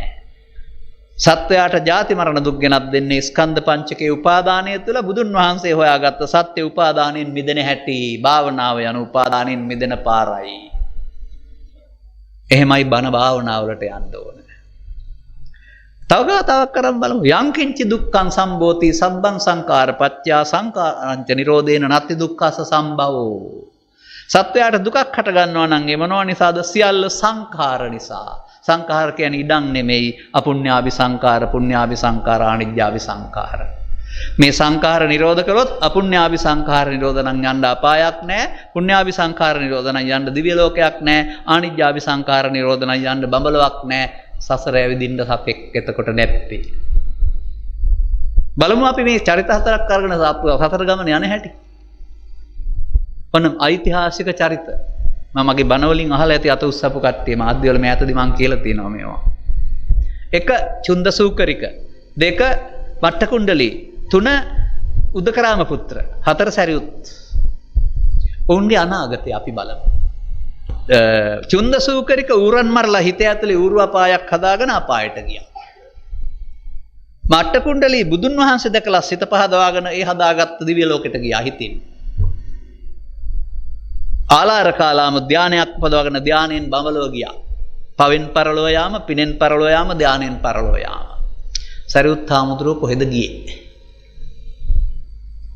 අපායේ ගියාද? දිව්‍ය ලෝකෙ ගියාද? බ්‍රහ්ම ලෝකෙ ගියාද? නැහැ. අපවත් ඉවදාලාද? ඒත් නැහැ. පිරිනුවන් වැඩියා. ඒ පිනෙන්ද පවෙන්ද ධානයෙන්ද? නැහැ. ඒකට කියනවා පරලෝ නොයාම. කර්ම රැස් කරලා පරලෝ යන්න පුළුවනි. කර්මක්ෂය කිරීමේ කර්මය කියලා එකක් සත්අට්ඨාන කුසල සූත්‍රවල නෙමෙයි, කර්ම සූත්‍ර 7 තියෙනවා ත්‍රිපිටකේ අංගුත්තර නිකාය සත්තක නිපාතේ. මේ සසර ගමන නිමා කිරීමට පුණ්‍ය කර්ම රැස්වීමත් නිමා වෙන්න ඕන, පාප කර්ම රැස්වීමත් නිමා වෙන්න ඕන, ධාන කර්ම රැස්වීමත් නිමා වෙන්න ඕන. ඒ කියන්නේ උපාදානෙන් මිදෙන්න වෙනවා. අම්මට තාත්තට සලකන එක පන්සල් රැකගෙන කතාරින්න කියලා නෙමෙයි පෙන්වන්නේ. හොඳ වැඩ ඕනේ තරම් කරන්න. තව තවත් වැඩිපුර පුළුවන් තරම්. නරක වැඩ කරන්න එපා. හැබැයි නරක වැඩ අල්ලාගත්තත් සසර, හොඳ වැඩ අල්ලාගත්තත් සසර, ධාන අල්ලාගත්තත් සසර. අල්ලා ගැනීමට ත්‍රිපිටකයේ පාපය කියලා කියනවා. උපාදානයේ පාපයයි, උපාදානෙන් මිදීම කුසලයයි. ඒ ආරි සත්‍යදී අර පාපම් පාපකතෝ දිස්වා කියන දේශනා සූත්‍රය එහෙමයි පෙන්වන්නේ. දැන් එහෙනම් අපි මේ සසර ගමන යන්න පව් මමකට ගන්නවා, පින් මමකට ගන්නවා, ධාන මමකට ගන්නවා. අල්ලා ගැනීමෙන් අපි මායයට බැඳෙනවා කියන්නේ උපාදාන වෙනවට. ඒතං මම ඒතෝහමස්මින් ඒසෝ මේ ආත්තාය මගේ, ඒ මම මගේ ආත්ම. අපේ සසර ගමනේ තේමාව මගේ මම මගේ ආත්ම. ඒකට තමයි පාලියෙන් කියන්නේ නিত্য සුඛ ආත්ම. ඉස්කෝලේ ගිහින් දහම් පාසලෙන් අනිච්ච දුක්ඛං අනාත්තා ඉගෙන ගත්තට පෞද්ගලික ජීවිතයේ ඔබේ දර්ශනය නিত্য සුඛ ආත්ම හේවත් මගේ මම මගේ ආත්ම. ඔබ භවගාමි, ඔබ පෘථග්ජන. භව නිරෝධගාමි, බුදුන් වහන්සේ භව නිරෝධගාමි. ඒ භවගාමිත්වය නිරෝධගාමයට පත් කළේ ධර්මයයි. මොකක්ද ඒ ධර්මය? යෝ ධම්මං පස්සති සෝමං පස්සති වක්කලිට වදාරනවා යමෙක් මා දෙසූ ධර්මයේ දකීද බුදුන් දකි. ධර්මයේ දන්නේ වක්කලින සබුදුහාමුදුරුවෝ එතෙන්ට ටියුෂන් පන්තියක් දානවා සල්ලි අය කරන්නේ නැතුව අපේ ගුරු මහත්තුරු ඉස්කෝලේ අරලා ඉදින් වෙනම ටියුෂන් දාලා හම්බ කරනවා වගේ. අය කරන්නේ නැතුව දාන්නේ. ඒ ටියුෂන් පන්තිය උගන්වනවා. ත්වංකින් මඤ්ඤසි වක්කලි. වක්කලිව මොකද මේ ගැන හිතන්නේ? කෙස් අනිත්‍යද ලොම් අනිත්‍යද හරකාන් බාන අනිත්‍යද වත්පිටි අනිත්‍යද කියලා බුදුහාමුදුරුවෝ විමසන්නේ නැහැ වක්කලිගෙන්. වක්කලිය ඔබ මොකද මේ ගැන හිතන්නේ? රූපය වේදනාව සංඥාව සංකාරය විඥානය. රූපය අනිත්‍ය දුක්ඛානාත්මද නිත්‍ය සුඛාත්මද? වේදනාව අනිත්‍ය දුක්ඛානාත්මද නිත්‍ය සුඛාත්මද? සංඥාව සංකාරය විඥානය ඔක්කොටම අහනවා අනිත්‍ය දුක්ඛානාත්මද නිත්‍ය සුඛාත්මද? ස්වාමීනි අනිත්‍යයි දුක්ඛයි අනාත්මයි. බුදුන් වහන්සේ විමසනවා අනිත්‍ය දුක්ඛ අනාත්ම දෙයක් මගේ මම මගේ ආත්ම වශයෙන් ගැනීම සුදුසුද නැත ස්වාමීනි. අර අනිත්‍ය දුක්ඛ අනාත්ම පදයෙන් පෙන්වන්නේ එහෙනම් මොකද්ද? මගේ නොවන මම නොවන මගේ ආත්ම නොවන දේවල් මගේ මම මගේ ආත්ම වශයෙන් ගැනීම සුදුසුද? ඔය පවපින ධානයේ ලෝභයේ දේශයේ මෝහයේ ඊර්ෂ්‍යාව ඔබට නෙමෙයි අයිති මායයට. මායයට දේවල් අල්ලගත්තාම තමයි මායයට බැඳෙන්නේ. ඇයි නැද්ද ලෝභක්ඛේ නිබ්බාණං දෝසක්ඛේ නිබ්බාණං මෝහක්ඛේ නිබ්බාණං කියලා? නිවීම කියන්නේ ලෝභ දේශ මොහ නිවුණ තැන නැති තැන තියෙන සෝය කියලා. එහෙනම් ලෝභ දේශ මොහ වැඩෙන්නේ නිත්‍ය සුඛාත්ම කොට ගැනීමෙන්. ලෝභයේ අනිත්‍ය, ද්වේෂයේ අනිත්‍ය, මෝහයේ අනිත්‍ය ඇස් දෙකෙන් බලන්න බෑ. මේ මොහොතට අල්ලා නොගැහිමින් අවසන් කරන්න වෙනවා. එඳ බුදුන් වහන්සේ වදාරනවා තස්මාතිහ වක්කලි. අහනවනේ මේ අනිත් දුක්ඛ අනාත්ම දෙයක් නැත්නම් මගේ නොවන මම ආත්ම නොවන දෙයක් මගේ මම මගේ ආත්ම වශයෙන් ගැනීම සුසු නැත ස්වාමීනි. අපි කරලා තියෙන්නේ මේක නේද? මේ ස්කන්ධ පංචකයට එන දේ හටගත්ත ගමන් නැසෙනව අල්ලාගත්තේ නැත්නම්. අල්ලාගත්තොත් හේතු ඉතුරුලා නැසෙනවා. ස්කන්ධ පංචකේ නැසෙන්නේ පෘථග්ජනයා තුල හේතු ඉතුරු වී නැසීමට කියන්නේ නිත්‍ය සුඛාත්ම. ධර්මයේ තේරුම් ගත්ත පුද්ගලයා ස්කන්ධ පංචකේ උපාදාන නොකර නැසෙන්න ආරෙනවා. එතකොට හේතු ඉතුරු නොවි නැසෙනකොට කියනවා අනිත්‍ය. මේ හේතු ඉතුරු වී නැසෙන ස්කන්ධ පංචකේ ඉදීම මැරීම තමයි යෝචේ වස්ස සතං ජීවේ අපස්සං උදයව්‍යං ඒකහං ජීවිතං සයෝ පසතෝ උදයව්‍යතං කියලා තියෙන්නේ. ස්කන්ධ පංචකේ ඉදීම මැරීම දැකලා දවසක් ජීවත් වුණා ශ්‍රේෂ්ඨයි නොදෙන අවුරුදු 100ක් හිටියට වඩා. දැන් මේ මනුස්සයින්ට සිතේ වැඩෙන ලෝභ දේශ මොහ වැඩෙන්නේ මම මගේ ආත්මෙවත් නිත්‍ය සුඛාත්ම නිසා. කියන්නේ වචනෙන් දර්ශනය එකයි. එහෙනම් පවේදී පවයි නිත්‍ය සුඛාත්ම, පිනේදී පිනයි නිත්‍ය සුඛාත්ම, ධානයේදී ධානයි නිත්‍ය සුඛානාත්ම. බුදුන් වහන්සේ සබ්බේ සංඛාරා අනිච්චාති. පවට අපුඤ්ඤාභි සංකාරය, පිනට පුඤ්ඤාභි සංකාරය, ධානට ආනිජ්ජාභි සංකාරය. මේ සංකාර අනිත්‍ය වශයෙන් බැලුවොත් තමයි ඒ සමග්ගෝ විසුද්ධිය සසර ගමන කෙලවර කරන්න පුළුවන් වෙන්නේ. දැන් එහෙනම් අන්න අපි පාපං සරණං ගච්ඡාමි පුඤ්ඤං සරණං ගච්ඡාමි ධානං සරණං ගච්ඡාමි මේකට ස්කන්ධ පංචකය අනිත්‍ය වශයෙන් බලනකොට අනිත්‍ය නැමැති ධර්මය උපාදාන නොවි සසර ගමනට හේතුවක් ඉතුරු නොකර අවසන් කරන්න අපට උදව් වෙනවා.